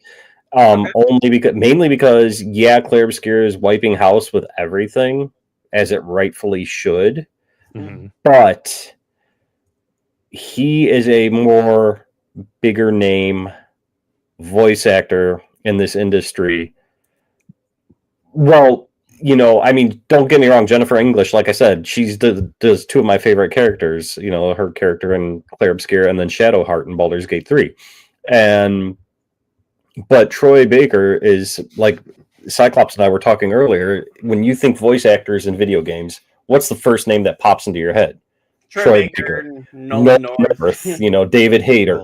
It's like, nobody's thinking Jennifer English yet. And so It will now. But now, here's the thing, though. I think so. Doesn't the Game Awards, isn't it like based a half on their board and then half on the people vote? yeah. Yeah, I think the board will lean towards Jennifer English. I think the people will vote towards Troy. Okay. And I think that's what will put him over. Yeah, because it's half them and half the audience, and then I think they see who gets the more votes out of. I want to see Charlie Cox win it, but I don't think Claire Obscure as a whole will get that one. Okay. I think it'll go to Troy. All right. How about you, Neodeath? Didn't I already say? Yes. Okay. I'm sorry. Are you? I know. Best score in music. We got Claire Obscure, Death Stranding, Ghost of Yotai, Hades 2, and Hollow Knight. That's another one I think is going to go to Claire Obscure. And out of those, I think it should go to Claire Obscure. Either that or it should go to Ghost of Yotai, but I'm going to say Claire Obscure. Yeah, it could be another one where Ghosts takes it. Okay. What do you think? Yeah, that one, I think it will go to Claire, and it should. Out of those, okay. Here's the thing: with Ghost, don't get me wrong, the music is good, but it's like, I don't know, it's not as immersive to me when I'm playing Ghost. Like, I actually have to turn on the lo-fi mode when I'm playing Ghost. The option to turn on the lo-fi music. Because to me that one is more immersive than the actual soundtrack to Ghost. I don't know. It might just be a me personally thing, but what are you doing? But, I was trying to get that ad to go away. It says remove ads, and then it was telling me to like going to go away. Yeah. So I think Claire will get it. I hope Claire gets it. Okay. So. All right, best action game: Battlefield 6, Doom: The Dark Ages, Hades 2, Ninja Gaiden 4, or Shinobi Art of Vengeance. I would like to see that go to Doom the Dark Ages. I'll bet it goes to Battlefield 6, though. I would love to see it go to Doom, but I honestly think it's going to go to Ninja Gaiden. I was gonna say I think Ninja Gaiden's gonna take that one. Okay. Yeah. And that's another one. Doom I have in my backlog, so I've got to play it. Best action adventure game: Death Stranding 2, Ghost of Yotai, Hollow Knights, Indiana Jones and the Great Circle, Split Fiction, and that is one I think it's going to go to Indiana Jones, and I think it should go to Indiana Jones. Yeah, that's one that Player Obscure can't get in on. Ha ha! I don't care. Honestly, though, I think Ghost of Yotai is going to give it a run for its money. But Yeah. I think it should Actually, go to I Indiana think Jones. Hollow Knight actually might take that one. Okay. All right. And then Koimiya, you were saying you think it's going to go to Indiana Jones, and it should? I think it'll go to Indiana Jones or Ghost. That one, yeah, that one's a tough one. And again, I could see Silksong coming in out of nowhere as the underdog. Okay. I mean, honestly, out of all of those are all good choices. I don't know why they keep throwing Split Faction on everything, because that, to me, that wasn't that great of a game. Like, unless I was missing something. They just needed to throw a game in here. I'm just like, well, I'm like, it's basically Portal FPS, I don't know. Okay. It did not tickle my fancy, and I don't know. I don't know what I'm missing that makes it go on everybody's lists. Yeah. Okay. But otherwise, the rest of those games, that one's anybody's guess. That one is all of them are up for grabs on that one. Okay. And I'm sorry, Neodeath, you were saying something there? Nothing. Oh, okay. Just agreeing that. Is Split Faction? Maybe now wait a minute. Let me Google Split Faction, because now I'm having Split second Faction, thoughts. isn't that the co-op one? Yeah, that's what. Yeah, okay. See, what am I thinking of then? You're thinking of I know which one you're thinking of. I just can't think of the fucking name of it. They had part 2, and then they shut part 2 down because it's the one where the dev was like ripping on Call of Duty or whatever. Yeah. Okay, and while you're looking that up, what about this one? Best family game. Split Fiction is also up for that one.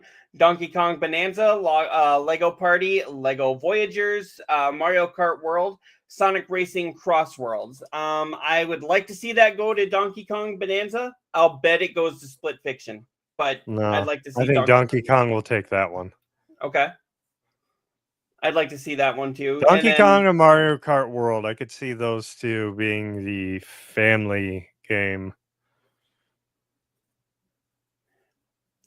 And then Koimiya, what do you think of those? I know you're looking that up. I'm not even listening right now. I was too busy. He can't do two things at once. Don't make him do that. So wait, you're a manager of a store, but you can't multitask. No, I'm not. Not anymore. He's not. He said, "Fuck that shit." Because I can't multitask. Yeah, probably not. No, Probably the not customers. Okay, and then so while he's doing that, looks like Sab said it will be Arc Raiders for sure. Sorry. Yeah, I didn't even see I didn't Inception-y.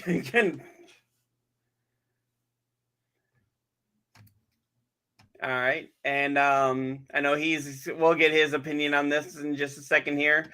Now, but while we're doing that, so of all three of us, Neodeath, you're the only one that played Donkey Kong Bonanza. You think that's going to win like every award it's up for, or almost? I mean, for this specific one, family game, I think it'll take it. Okay. Wasn't Split Fiction, wasn't that the one being done by the Fuck the Oscars guy? Don't know. Joseph?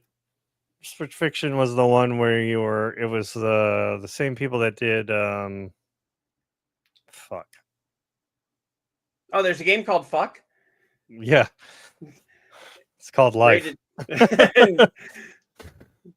It's got the AO rating, right? It's only available on Steam. Yeah. Splitgate is the fucking game I'm thinking of. Okay. Okay. That one is another one of those ones where it's a co-op one. You're trying to help each other, kind of like the one where the parents were like getting a divorce. Yeah. Oh, And It Takes Two. Yeah, it just same company. I'm pretty sure. I'm almost positive on that. But yeah, it's another one of those games where you're co-op. So I guess maybe family with that one could, be the upset and take it. Yeah. Okay. All right. And then what do you guys think for best fighting game? You have 2YKO, Capcom Fighting Collection 2, Fatal Fury, City of the Wolves, Mortal Kombat Legacy Collection, and Virtual Fighter 5 Revo. Just because I don't get into a lot of fighting games except for some Mortal Kombats and some Injustice games, I'm going to say Mortal Kombat should win it and probably will win it. Yep.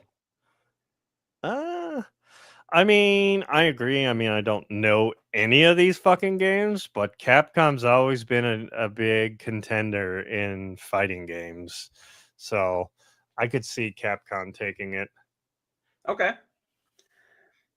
Best independent game. Now we all fucking know it's gonna go to Claire Obscure, but they have Absalom, Ball X Pit, Blue. Wait, wasn't Ball X Pit? Wasn't that the one? Isn't that like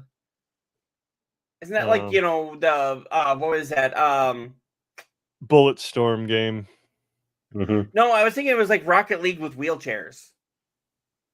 No, I don't think that's that one. Okay. No, it's a Bulletstorm. Okay, Blueprints, Hades 2, and Hollow Knight Silksong. I'm gonna say that will almost definitely go to Clear Obscure. I mean, weren't we talking about that? Like, is the company an independent game for Clear Obscure? Should it be in that category? Well, there's only about 30 developers, so it doesn't have to be a double A. It doesn't have to be like 50 or more. I have no idea. Yeah, what are the fucking criteria? I have no idea. I don't think any of us know that one. Okay. So I'm saying Clear Obscure will probably get that one. Oh, yeah. And I haven't played these other ones, but what do you guys think? Claire. Claire will win it, but yeah, it would be nice to see, maybe Hades 2 or Blueprints take it. Okay. And Kwame, you the same way? I think Claire will win it, but I mean, Blueprints deserves an award. I can't speak on Hades 2 behalf because I haven't played that one yet. Okay. I mean, a lot of people love Hollow Knight as well, so Right. I feel Claire will get it, but there's a lot of good ones in that list. Okay. So. And then mobile games. Did you guys play any of these? Nope. Okay, Mobile games. We're gonna jump over that one because none of us Nobody played them. does mobile. Best ongoing game. I'm thinking that's gonna go to Helldivers. I was gonna say Helldivers 2. I think we'll take that. It would be cool if No Man's Sky got it. Yeah, I'd like to see Marvel Rivals get that just because I've seen some people play that and it seems like nobody has a bad time with it. But Rivals is fun, and I usually hate games like that. But it'll most likely go to Helldivers or Fortnite. Honestly, I mean they tend to. Best RPG. We got about. I was gonna say there's no fucking. They should have just put one person on that one. There's no way that anything else is gonna come close. Yeah, but they have Avowed, Clair Obscure, Kingdom Come, Monster Hunter Wilds, and The Outer Worlds 2. Avowed? Wasn't that the one you were playing, Koimiya? And I watched a little bit about it. Yeah, that was the one where the combat was wonky. Was that that one? No, that was Echoes of the End. Okay. Avowed is made by Obsidian, who also did Outer Worlds 2. It's on Xbox only and PC. Okay, it's kind of set in the Pillars of Destiny lore. Okay. So I'm saying Clear Obscure is definitely going to win that one. I'd like to see Monster Hunter get that one, just because every time I see anybody playing Monster Hunter, it looks really fun. I've never gotten into I tried. Depends but on the Monster Hunter, because there was one on like the Nintendo that was like turn-based, like it was a normal RPG. That one was really fun. But I think the Wilds is the typical action RPG. Yeah. All right. Best sports games. Did you guys play any of these? Mario Kart World would be the one I'd like to see win, and I think that one will win it. I was gonna say, I think that's the only one that will win on that one. All the others are just kind of meh. Okay. And Koimiya? I'm just looking at what the list is. So that's EA Sports FC 26, F1 25, Mario Kart World Rematch, and Sonic Racing Crossworlds. It'll be Mario Kart, but I'd rather see Sonic beat Mario Kart. Okay. No. At its own game. Have you played the Sonic Racing? No. I played the demo for it. I mean, it looks fun, but it's pretty good. My kids want to get it because it's got Minecraft shit in it, but right. I mean, if I bought it, I'd be like, screw your Minecraft shit. I'm getting the Like a Dragon because it's got Ichiban from Like a Dragon in it. And, okay. Best strategy: Civilization 7, Final Fantasy Tactics. I'm not sure how to say that. Is that Invalis Chronicles? Jurassic World Evolution 3, The Alters, Tempest Rising, and 2 Point Museum. I did not play any of those, but I do like the Evolution game. So Jurassic World 3 would be my choice for that. I think Final Fantasy will just blow this one away. I think The Alters is going to take it. All right. Okay. I mean, I'd love to see 2 Point Museum because I played the college one of that, and it was really well done. I had the 2 Point games are pretty fun, yeah. Yeah. But I think Alters, because I played a little bit of Alters on Game Pass. I think that's going to take it. Okay. All right. Best VR or AR game. Now, this wasn't the Midnight Walk. I thought that was one you could play without VR. You can. But okay. It's also tuned for VR. Okay. You can totally tell when you're playing it. Alien Rogue Incursion, Arcan Age, Deadpool VR, Ghost Town, and the Midnight Walk. I'd like to see the Midnight Walk take it. I think it's going to go to Deadpool. I was going to say, I think it's going to go to Deadpool. Yeah. Mem, how you doing today? Oh, what's up, Mem? And Mem? Best adaptation. This fucking pissed me off. So you have a Minecraft movie, Devil May Cry, Splinter Cell Death Watch. I didn't even know there was a Splinter Cell. Yeah, The Last of Us Season 2 and Until Dawn. Now, I'm going to just vent here for a second. How the fuck does Until Dawn get best adaptation, but they leave out Sonic the Hedgehog 3? Or Fallout. I don't understand that. I don't know. I don't understand their criteria on that. No, they might as well throw Borderlands in there while they were at it. Exactly. Because I did see Until Dawn, and basically, I mean, that kind of game. It's it's one of those where the decisions that you make affect how the story goes. But then, how do they do that in the movie? They basically just make it a horror version of Groundhog's Day. They die, and then the next day they come back to life, and then things change, and they have to figure out how to stay alive. And all of them, spoiler alert, if you haven't seen the movie, I'll let you click off for a second. La la la la la. All of them fucking survive at the end. It's like, how do you get you get cool death scenes, but they're all there at the end? And it's like, no. And so, but that's my own thing. But you leave out like one of the greatest cinematic video game adaptations, or two of them actually, Fallout and Sonic. How did those not get a nomination? Yeah. I'm pissed. Tell us how you really feel. Yeah. But I don't know how you. What was Devil May Cry? I didn't even know they had like a show or It's whatever. on Netflix. It's like an anime almost. Yeah, that's what. Okay, that's one of those animes. Yeah, again, like what? How do you snub fucking Fallout, which was really good and pretty God. close to the source material. Yeah, more than fucking Sonic even. Yeah. Right.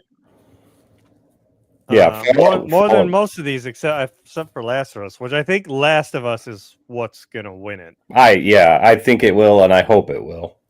I Right. think it will, but Better not be fucking Minecraft movie. I hope The Last of Us season 2 wins it, but I hate to say this, I think a Minecraft movie is going to get it.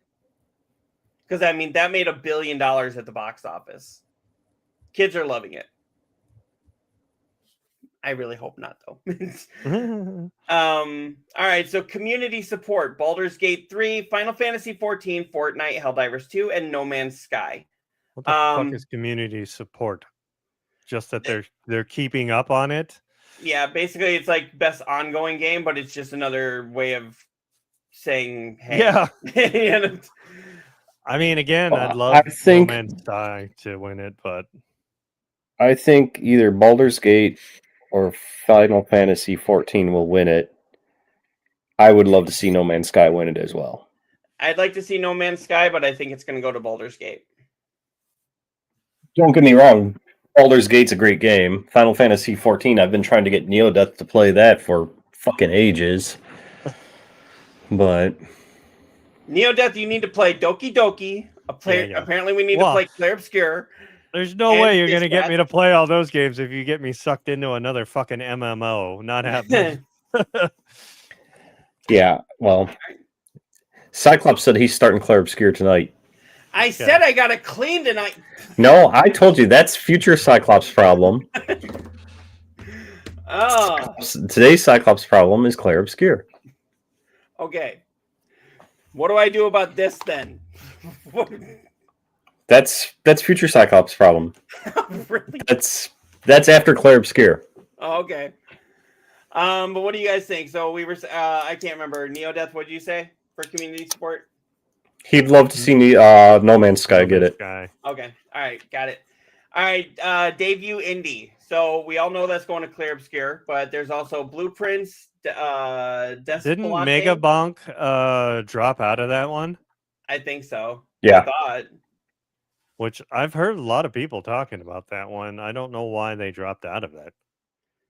Did they not think they were going to win? They're just like, he saw that Clair Obscure was in that. We don't want to have the upset. So, well, think about it. Next year, is anybody really going to go for being up for Game Awards? It's all going to Grand Theft Auto 6. The end. You know. Is it though? We'll see. Yes. We'll see. I'm hoping Wolverine will give it a run for its money. I mean, and there's other games that we don't know about that are coming out. Yeah, true. But I'm saying Clair Obscure is going to win that one. I'd like to see Dispatch win that one, though. Yeah, that's tough. I don't think Dispatch could even hold a water to Clair Obscure. Well, it's not going to win up against that one, but a great game. But I mean, they're two completely different monsters in the same room. Yeah. That's why I'm just saying I'd like to see it win. I'd like to see it pull an upset and win. But I can't wait to play that again. I don't think it will. All right, so Clair Obscure. And Neodeath, what were you saying? Which one did you want? I mean, it doesn't matter. It's going to be Clair Obscure. Oh, okay. There's no fucking way they're not walking away with that one. All right. Innovation and accessibility. That's basically, for people that don't know, that's like giving a lot of gamers who maybe have disabilities different ways of playing. So like if you're blind, deaf, have visual issues, things like that.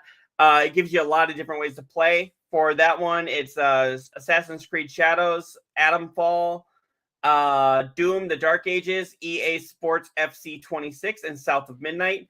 I would like to see South of Midnight win, and I think it's going to go to them. Out of that list, yeah, that one will go to South of Midnight. I mean, Assassin's Creed has a lot of things you can play with it, though. That's the only one I think is going to really give it. Doom, but does it? Yeah. Okay. So Koimiya, are you saying you think Doom's going to win it? I don't know who's going to win that one. I'd like to see South of Midnight win that one, though.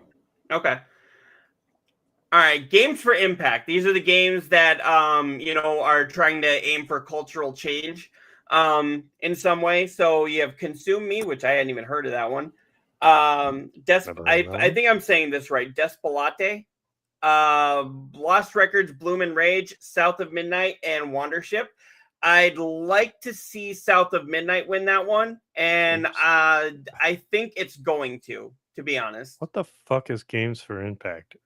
That's like games that usually have a narrative that's trying to Those are the ones that all the anti-woke people avoid.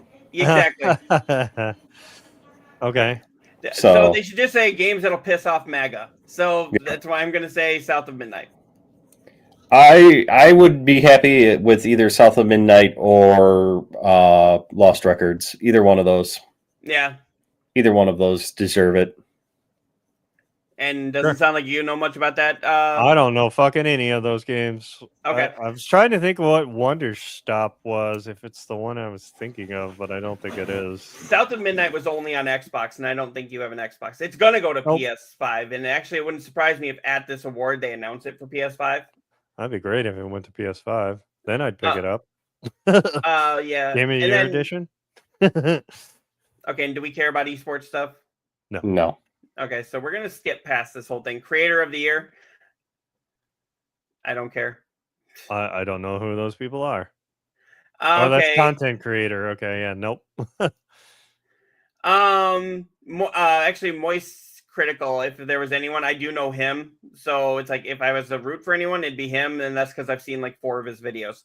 We're talking about the Game of Year game awards. Christian. Yeah, yeah. And then the last one here is most anticipated game. You know damn well it's going to go to Grand Theft Auto 6. I would like to see it go to Marvel's Wolverine. I think Resident Evil could give it its run for its money too. Witcher 4. Witcher 4. Okay. That's. I'd like to see that one. I'd like to see it go to Witcher. Yeah. That's a stacked list right there. I mean, I don't care. I'll be honest. I don't care about 007. I don't give one rat's ass about 007. We're going to make you play that one. Fuck you. That's all I'm going to say. I think you'll like it.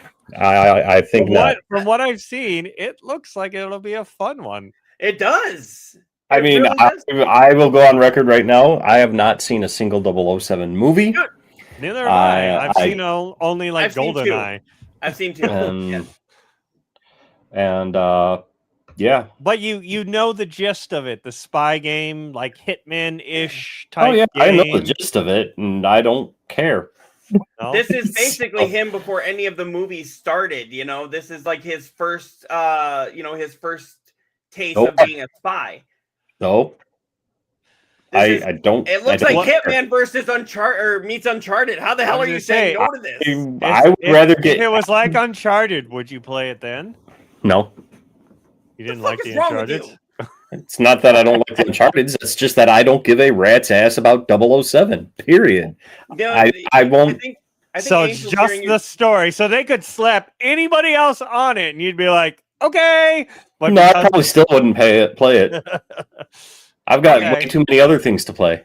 This might be why Angel doesn't pick you as the winner for things on Steam. I don't care. It's just 007. I don't care. So I'd love to see any one of these top 3 win it. I don't care what Koimiya says. I'd love to see that one win it. I know Grand Theft Auto 6 is going to win that. But I'd like to see Wolverine or 007. All right. Especially since like it got pushed again, like it'll be the one that wins. If it gets pushed again, I'm pretty sure there's going to be a riot. I will dance. Yeah, we know you'll really. If it gets pushed again on this show, if it gets pushed again, maybe.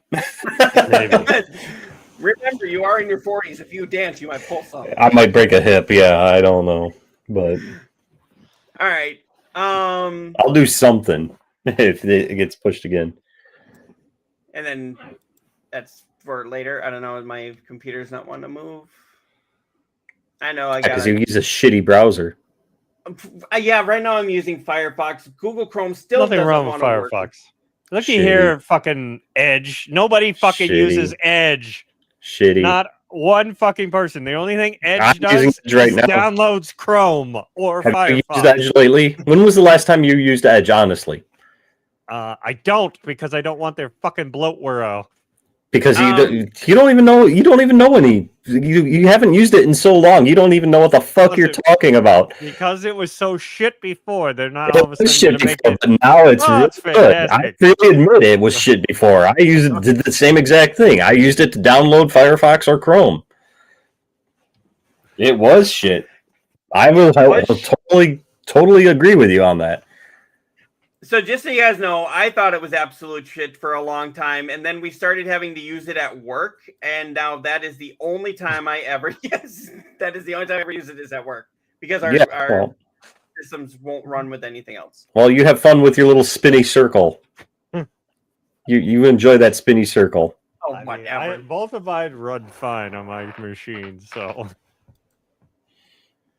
I don't even think I could put Edge on this system because of the way I do the operating system. It doesn't even allow it because it's bloatware. I have no bloat whatsoever, but okay. All right. You keep telling yourself that. Now we do have to do this. I know it's some sad news here. Let me pull this up here. Where the hell did it go? Here it is.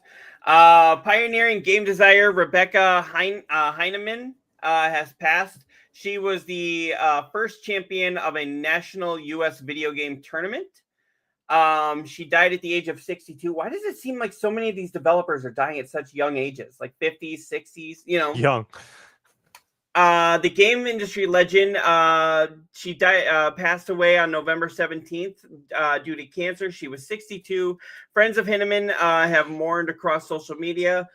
She had a prolific career in the gaming industry that included both game design and high-level competitive play. She won multiple Atari 2600 Space Invaders tournaments, including the Atari VCS Space Invaders National Championship held in New York in 1980. She became the first national video game tournament champion in the United States, so that's a fucking feat and a half.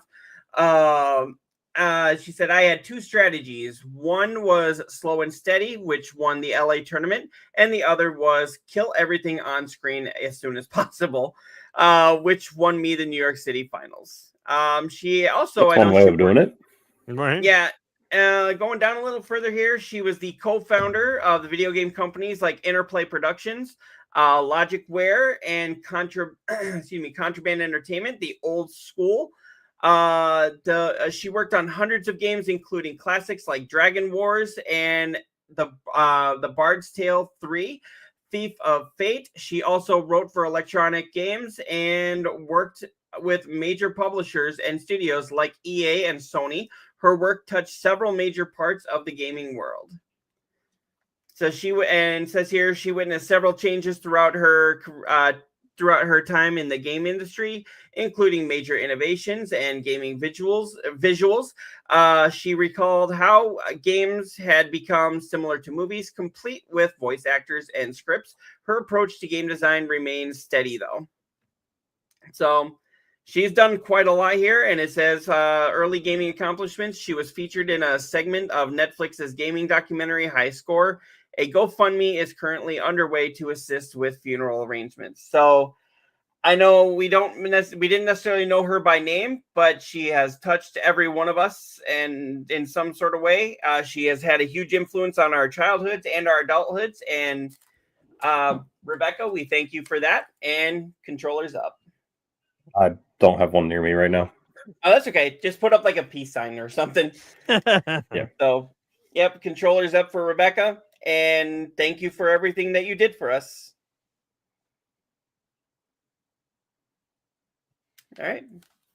I hate having to do like some of these deaths, especially with people that had such a huge impact, and I mean, it just means that they had a really good life. I mean, it sucks that they died from cancer and couldn't, keep having good things happen. Yeah. It's just, I hate having to repeat or do so many of these and then to have them be like ages that aren't far off from where I am, you know. Right. That's the pisser right there. Right. And then, Expedition 33 Star used his award speech to say what everyone was thinking. He basically said the quiet part out loud. Basically, he ripped the industry for all of the layoffs, saying And I'm hoping he wins again just so that he can do it again. At least somebody else can go up there and do the same a bigger stage. Yep. Yeah, because I'm honestly, did you even know the Golden Joysticks was happening until they announced the winners? I didn't even know there was one. So, yeah, it's basically their version of what is that? The Golden Globes? Mm-hmm. The Golden Globes are what really determine the Oscars, like you were saying earlier. Something like that, yeah. Something like that, yeah. All right, now here's one that I wanted to talk to you guys about. GameStop. Next month you can trade anything, including taxidermy. Koimiya, you and I were talking about this before. Let me start with a question. What the flying fuck? Why? Yeah. And I think we should follow that up with why the flying fuck. my thing is what are they trying to do here? You know, I mean, I get that they're trying to bring in foot traffic, but what are they going to do with all this shit? Right. You know, is it going to all of a sudden end up on eBay or what is their end goal? I don't see what their end goal here is other than to get foot traffic in. But so what we were talking about before Neodeath got here, I think what they're doing is if you bring it in, I think they give you a minimum of $5 credit, and it's always in-store credit. Now, when you go and buy that, doesn't in-store credit count as inventory or count as income? How do gift cards and in-store credit actually work? They're not taxed or anything. No. If that's what you're trying to get at. So it's not taxed, but I mean, if I'm coming in and I'm bringing in, like a case of pop or something like that, and I'm saying, hey, I'll trade this in, give me whatever credit, they don't lose anything by giving me that credit? I mean, no, because you have to use it into in the their store. So. Right. So it's not like they're giving you cash that you can walk out and spend it elsewhere. They're making you buy something in their store to get their revenue up. So it does get the revenue up. It counts as income because, I mean, I walk in there, I say, here's a case of Pepsi. They give me $10 credit on it. And then I have to, but I mean, does that even count as actual revenue? Yeah, because I mean, usually half the things are priced way the fuck too high anyways. So it's kind of a win. It's mostly just to get asses in the seats to get people there. Okay. Maybe that could be a way we get more people to watch this. Like, hey, we will give you in-store credit. What are we selling? I don't know. Neodeath will sell you his hair dye. So yeah, and this was here. It says, by this point, we're all guessing it's going to be a long-standing GameStop meme. And I know a lot of the GameStop employees are afraid of this. Because some asshole's going to come in there with like a used sex doll. I was just about to say like a blow-up doll or something of that. Well, here's the thing, though. I mean, if you read the small print, it says, our employees have the right the right to turn anything away. So, I mean, you get that one pissed off employee who's not going to take any fucking thing in at all, just because they have to be there this day. Right. Then he's going to be like that, or you get the employee who's disgruntled on the company. Yeah, bring all your sex toys in. I don't care. Everything you got. I will take it. I'm just waiting. We'll display it in the front fucking window. I just love somebody's going to come in there with like a box of sex toys, and then the way that the employee's going to do this is that's how he's going to quit. And he's going to leave the like a note saying like, dear boss, go fuck yourself. Here's the aid to do it. There you go. That would be an article to read, right? Oh, I'm looking forward to the follow-up of this day. I really am. Yeah, this is actually, so what, this is happening the 6th, and we do a show the following week. You know damn well we're either going to do like a special report or we're going to be having fun. Is the week that Angel is on. Angel, you want to talk about this? Yeah, it says, let's see who's the first person to bring something totally weird and doesn't break the rules. But here it does say Wario64 shared on Twitter, or X as they call it now. There's a ton of caveats, I think I said that right, to what you can actually bring in. That's where this whole some questions asked comes from. The full list of no-go items is as follows.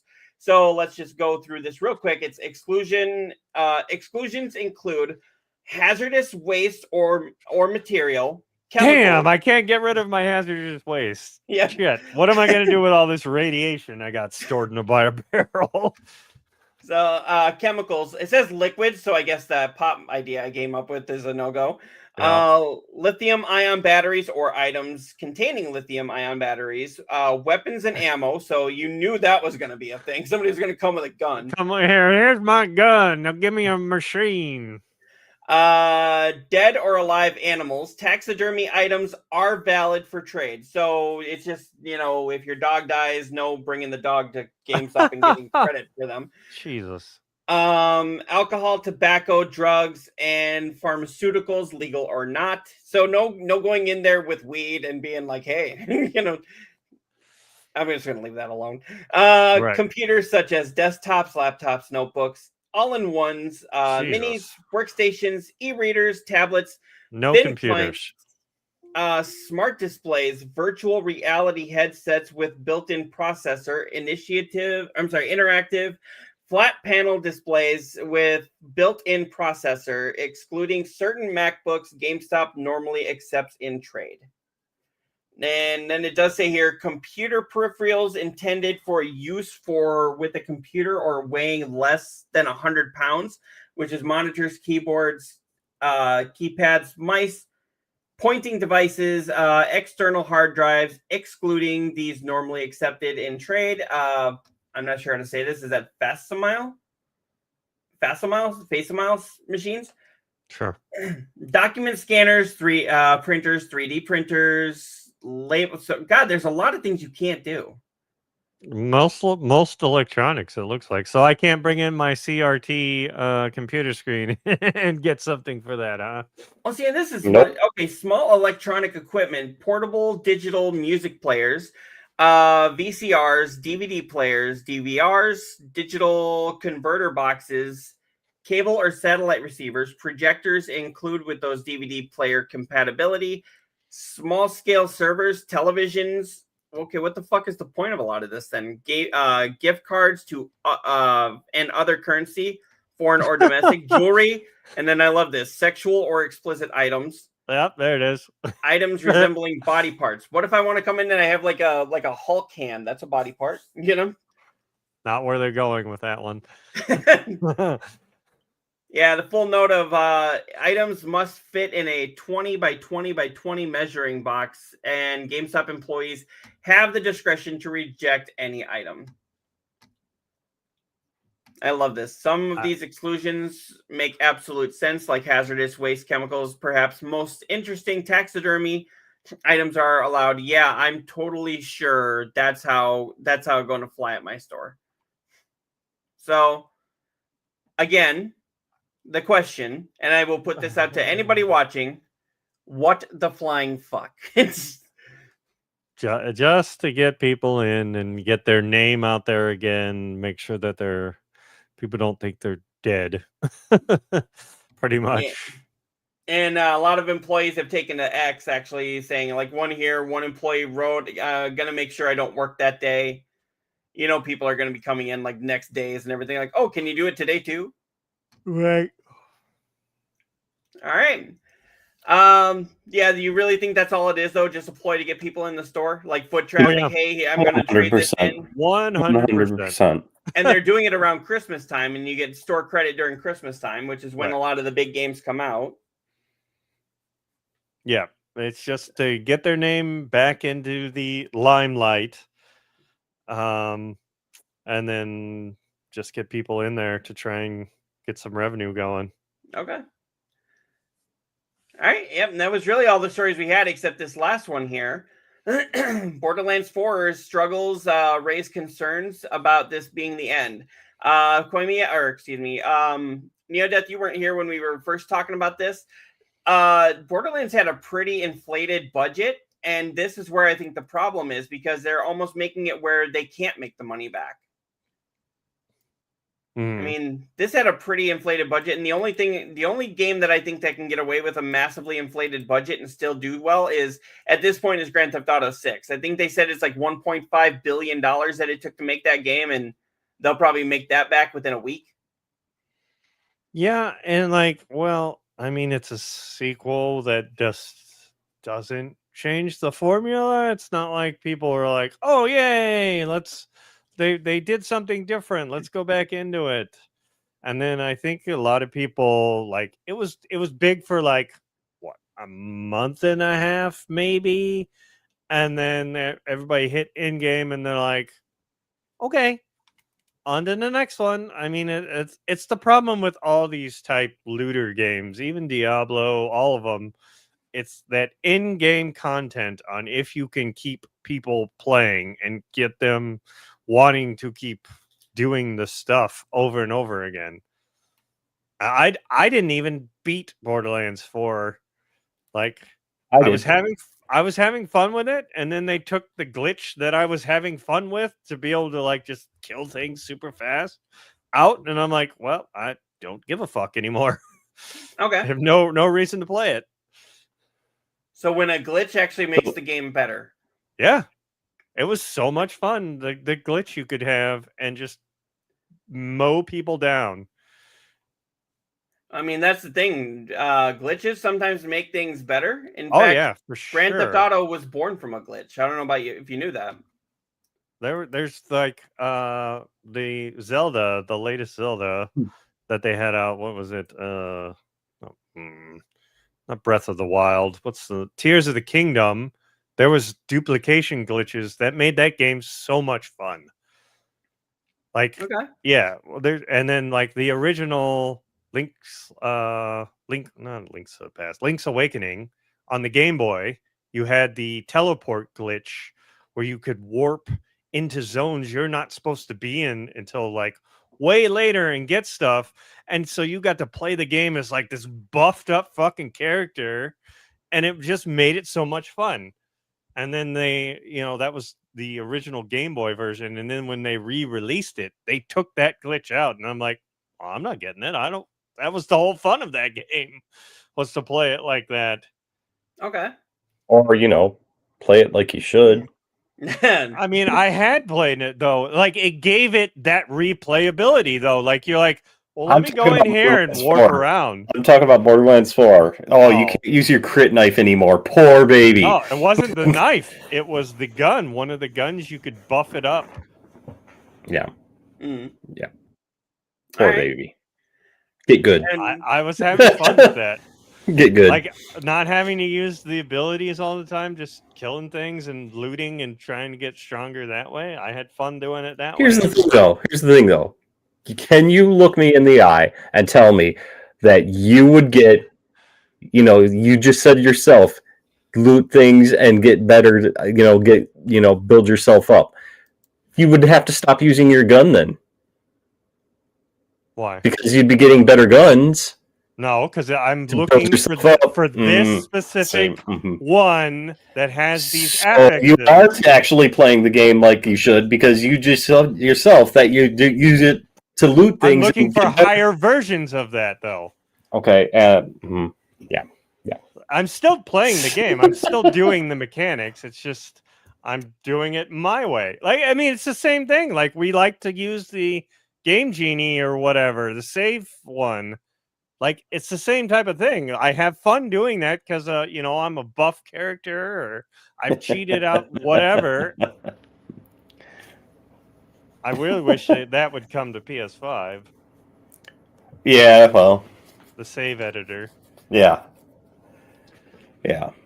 I don't see that happening anytime soon. It's not going to, because you can't pull the saves down. Right. To something else. Well, it probably won't for a long time, but I don't know. I'm just thinking, like, these games have such an inflated budget, they can't make their money back. There's no way there's that big of a fan base.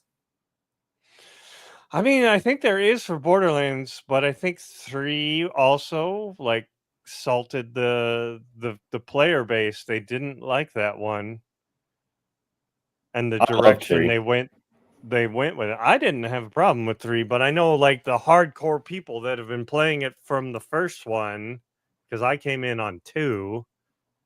They didn't like 3 because of the way the story went, and it was more like the humor wasn't the same. The only one I didn't like was the pre-sequel. See, I like that one. I did not like that one at all. And my biggest thing was the whole having to fucking run around and get oxygen the whole goddamn time. That I hated it. I'm like, I'm just let me play the fucking story, Just But like yeah, I mean, was it Far Cry 2 that had the disease or whatever, so you had to constantly keep like getting something and then I I want to say it was Far Cry 2. Yeah. And then the same with Dying Light 2. I never finished Dying Light 2 because you guys got that disease and you have to constantly do shit that I like it. I don't like that game. You have to constantly do shit. yeah. I mean, Pretty if much. it has an annoying mechanic, yeah. Yeah. Sorry, just trying to adjust my lighting here. But yeah, I think the Borderlands just didn't pique people like most of them did. And then, like I said, it just didn't have like, oh, we're gonna have this awesome in game that's gonna make people keep playing it. I only just recently saw somebody put something out about it, and I think it's because they're coming out with more of their DLCs or whatever. Well, they just dropped one of their holiday bundles. Did they? Yeah. Okay. And it was supposed to be one of the first bounty cards, like for the paid DLCs. Mm-hmm. And they actually released it free to everyone, and then said that they're going to make a new one to make up for that free one. They're making another one that's going to be like later. So they're trying to get more people to come back or stick around, whichever you want to look, by doing it that way. And it's a Christmas themed one. Well, Mercenaries Day, but I just played through it last night. It's pretty funny. I enjoyed it. Okay. And the Claptrap singing his own words to Christmas songs was great. Especially he made a little comment about, he'll still be the same and around in Borderlands 17. Like it's just a crack me up. So, but yeah. So they just released the first what was going to be their first paid DLC. They released it free to everybody. And I got my Vex to 50. So okay, nice. And I had posted a thing on my Twitter. Actually, I had a gun that it says I cannot use because I'm not a high enough level, and it says level 51. So I'm like, oh, we're dropping level 51 items now. Like, what the hell? So, and I did notice that a couple of the enemies that I was fighting in this new DLC were like level 53, level 54. Oh. Yeah, even though there's no raising the level cap. I was going to say, were they supposed to? So I'm thinking that those level 53s and 54s were what dropped the level 51 gun. That would make sense. Yeah. All right. I know we've been trying to stick to a 2-hour mark, and we failed this week. Well, I mean, we're still good within my 5 o'clock limit. So we still got 8 minutes on that aspect. Okay. So, I mean, we're still doing pretty good. It's at least we're not creeping into the 3-hour mark. Right. Yeah. Heck, we haven't even hit a full 2.5 yet. We're trying to get there. Snoochie boochies. Oh. So, but anyway, I don't know if you guys saw. I actually did fix one of these. No. That was a wink, but you don't know it because it's just an eye. Oh, you took the part. I was able to cut that one, and I did put up the one. Koimiya, you asked me to do this one, so I did it. Shut up and take my money. Yes. Good. You asked me to do that one. So when we were doing like, oh no. Anyway, I was really surprised you didn't hit this button over here. Yeah, I know. For that. Yeah. There we go. How dare you? Oh no. Anyway. I kind of figured. I thought someone was going to hit it too. As I was driving. Yeah, I was actually I had the stuff pulled up for the award, so I couldn't do that without messing it up in some way. I thought, Koimi, I thought you were going to hit that, but by the time I thought about it, we had already passed it. So it was like, Yeah, because you know that's how why I fast didn't. it tends to go. Yeah. No, so while we still got you here, what are you guys doing for the rest of the week here? I know Koimiya is going to tell us we're playing Claire Obscure, but Yes, you are. For real, what are you guys actually doing? Starting tonight, you're playing Claire Obscure. I don't know. Probably buying Claire Obscure because it's on sale. Well, I probably will, but I probably won't play it. Yes, you will. It'll just go in my backlog. Play it tonight. Stream it. I'll watch. No. I'll pop onto Twitter just for that. Or not Twitter, but Twitch. Yeah, I'm definitely not streaming tonight. I do not have the energy for that. Just drink more coffee. Come on. Yeah. Those are rookie numbers. Pump that shit up. Let's go. Neodeath, what are you planning on doing? I know you're not streaming tonight because, work sucks and drains and, Right. I'll probably just make some Magic content. There was a new set that dropped this week. What the fuck? Obscure. Claire Obscure. Well, we know what he's doing tonight. Yeah, Koimiya, why don't you tell us what you're doing over the next week or so? Well,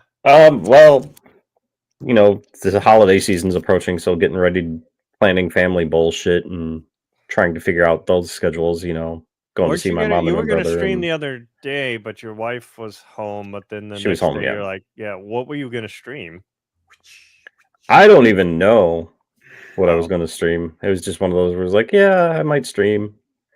And then, well, no, that was the day I came home from work and I was in such a pissed off mood that. Right. The next day you're like, yeah, it would not have been a good stream.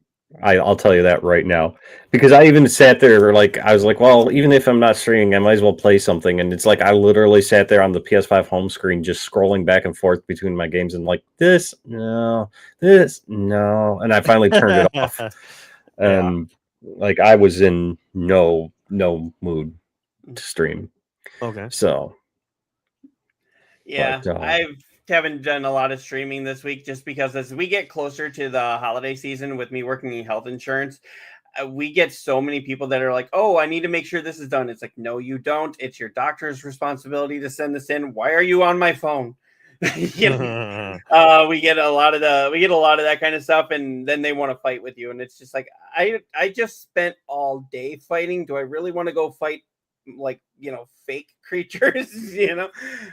So I haven't streamed a whole lot, but I am planning on getting back hopefully next week. I know Koimiya is going to say Claire Obscure tonight. No. Tonight. So yeah, I know he's going to say Claire Obscure, but I'll either be playing that or I'll be playing Assassin's Creed. There is no or. You will be playing that. Do or do not. Really? So I'll be doing that, and then next week I am not going making a huge trip for Thanksgiving, so I'll be back most likely Friday to do stuff, and then we'll have our show, and then I will not be here for the weekend of the 6th because I will be out of state. Okay. We discussed we're not having a show that day. We discussed this, Neo. The weekend of the 6th, I will not be in town. Cyclops will not be in town. And then the 13th is our show with Angel. Right. And then, didn't you say something about the 20th, Cyclops? Yeah. No, the 20th. Oh. The weekend of the 20th, I will be on the road. And I will be out of town that weekend as well. So, okay. Yeah, well, you were talking about doing something on the 27th. You wanted to do like a wrap up or something. The year end. That's Yeah. that's the one with Looker you were talking about doing, right? Right, yeah. Yeah. With Looker So saying if they would come on. we're hoping that they can do that. So I will be out of town most likely the week of Christmas, hopefully coming back on the 26th. Me too. And then, yeah, I know. 26th and might be back on the might be back on the What 27th. did you guys say about that? My wife said you guys said something about going to Disneyland twice in a year. Oh, I said it must be nice to have the money, to have the funds to be able to afford everything you have to in life and make 2 trips to Disneyland in the same year. And that's when I think Koimiya, you said something like you thought that was a makeup trip because he went to Disneyland with his daughter. Was it October? Yes. Yeah, you went to Disneyland in October with your daughter, and this is the makeup trip with your wife. Right. It is, and it's also kind of our Christmas present. And yeah, I just charged it. That's future me's problem. Yeah. No, and that's why I was kind of joking. I was telling Rachel, her and I have never even been to Disneyland since we've been married, and we've been married for almost 2 decades. And there you go. It should be your anniversary thing. But it's like we can't always afford to take, flights and food and everything else out there. It's expensive to go. It is. Oh, well, it's even more expensive at this time of year. Yeah. When we're going at Christmas. Yeah.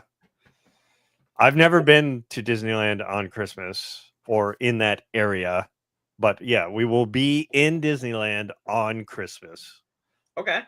So yeah, we've talked about going, but we've never been able to go just because, we're not like rich like you guys are. So you know what the coolest thing I did on Christmas is I was in London and did a Jack the Ripper walk on Christmas Day. Ooh. Oh, that'd be awesome. So that was really fun. So. Yeah, we were talking about like places that we'd like to visit, and it was like Japan was like on both of our number ones. She doesn't necessarily want to go to Tokyo, but I was like, I want to see where Nintendo started, which is in Tokyo. I wouldn't mind going to Japan.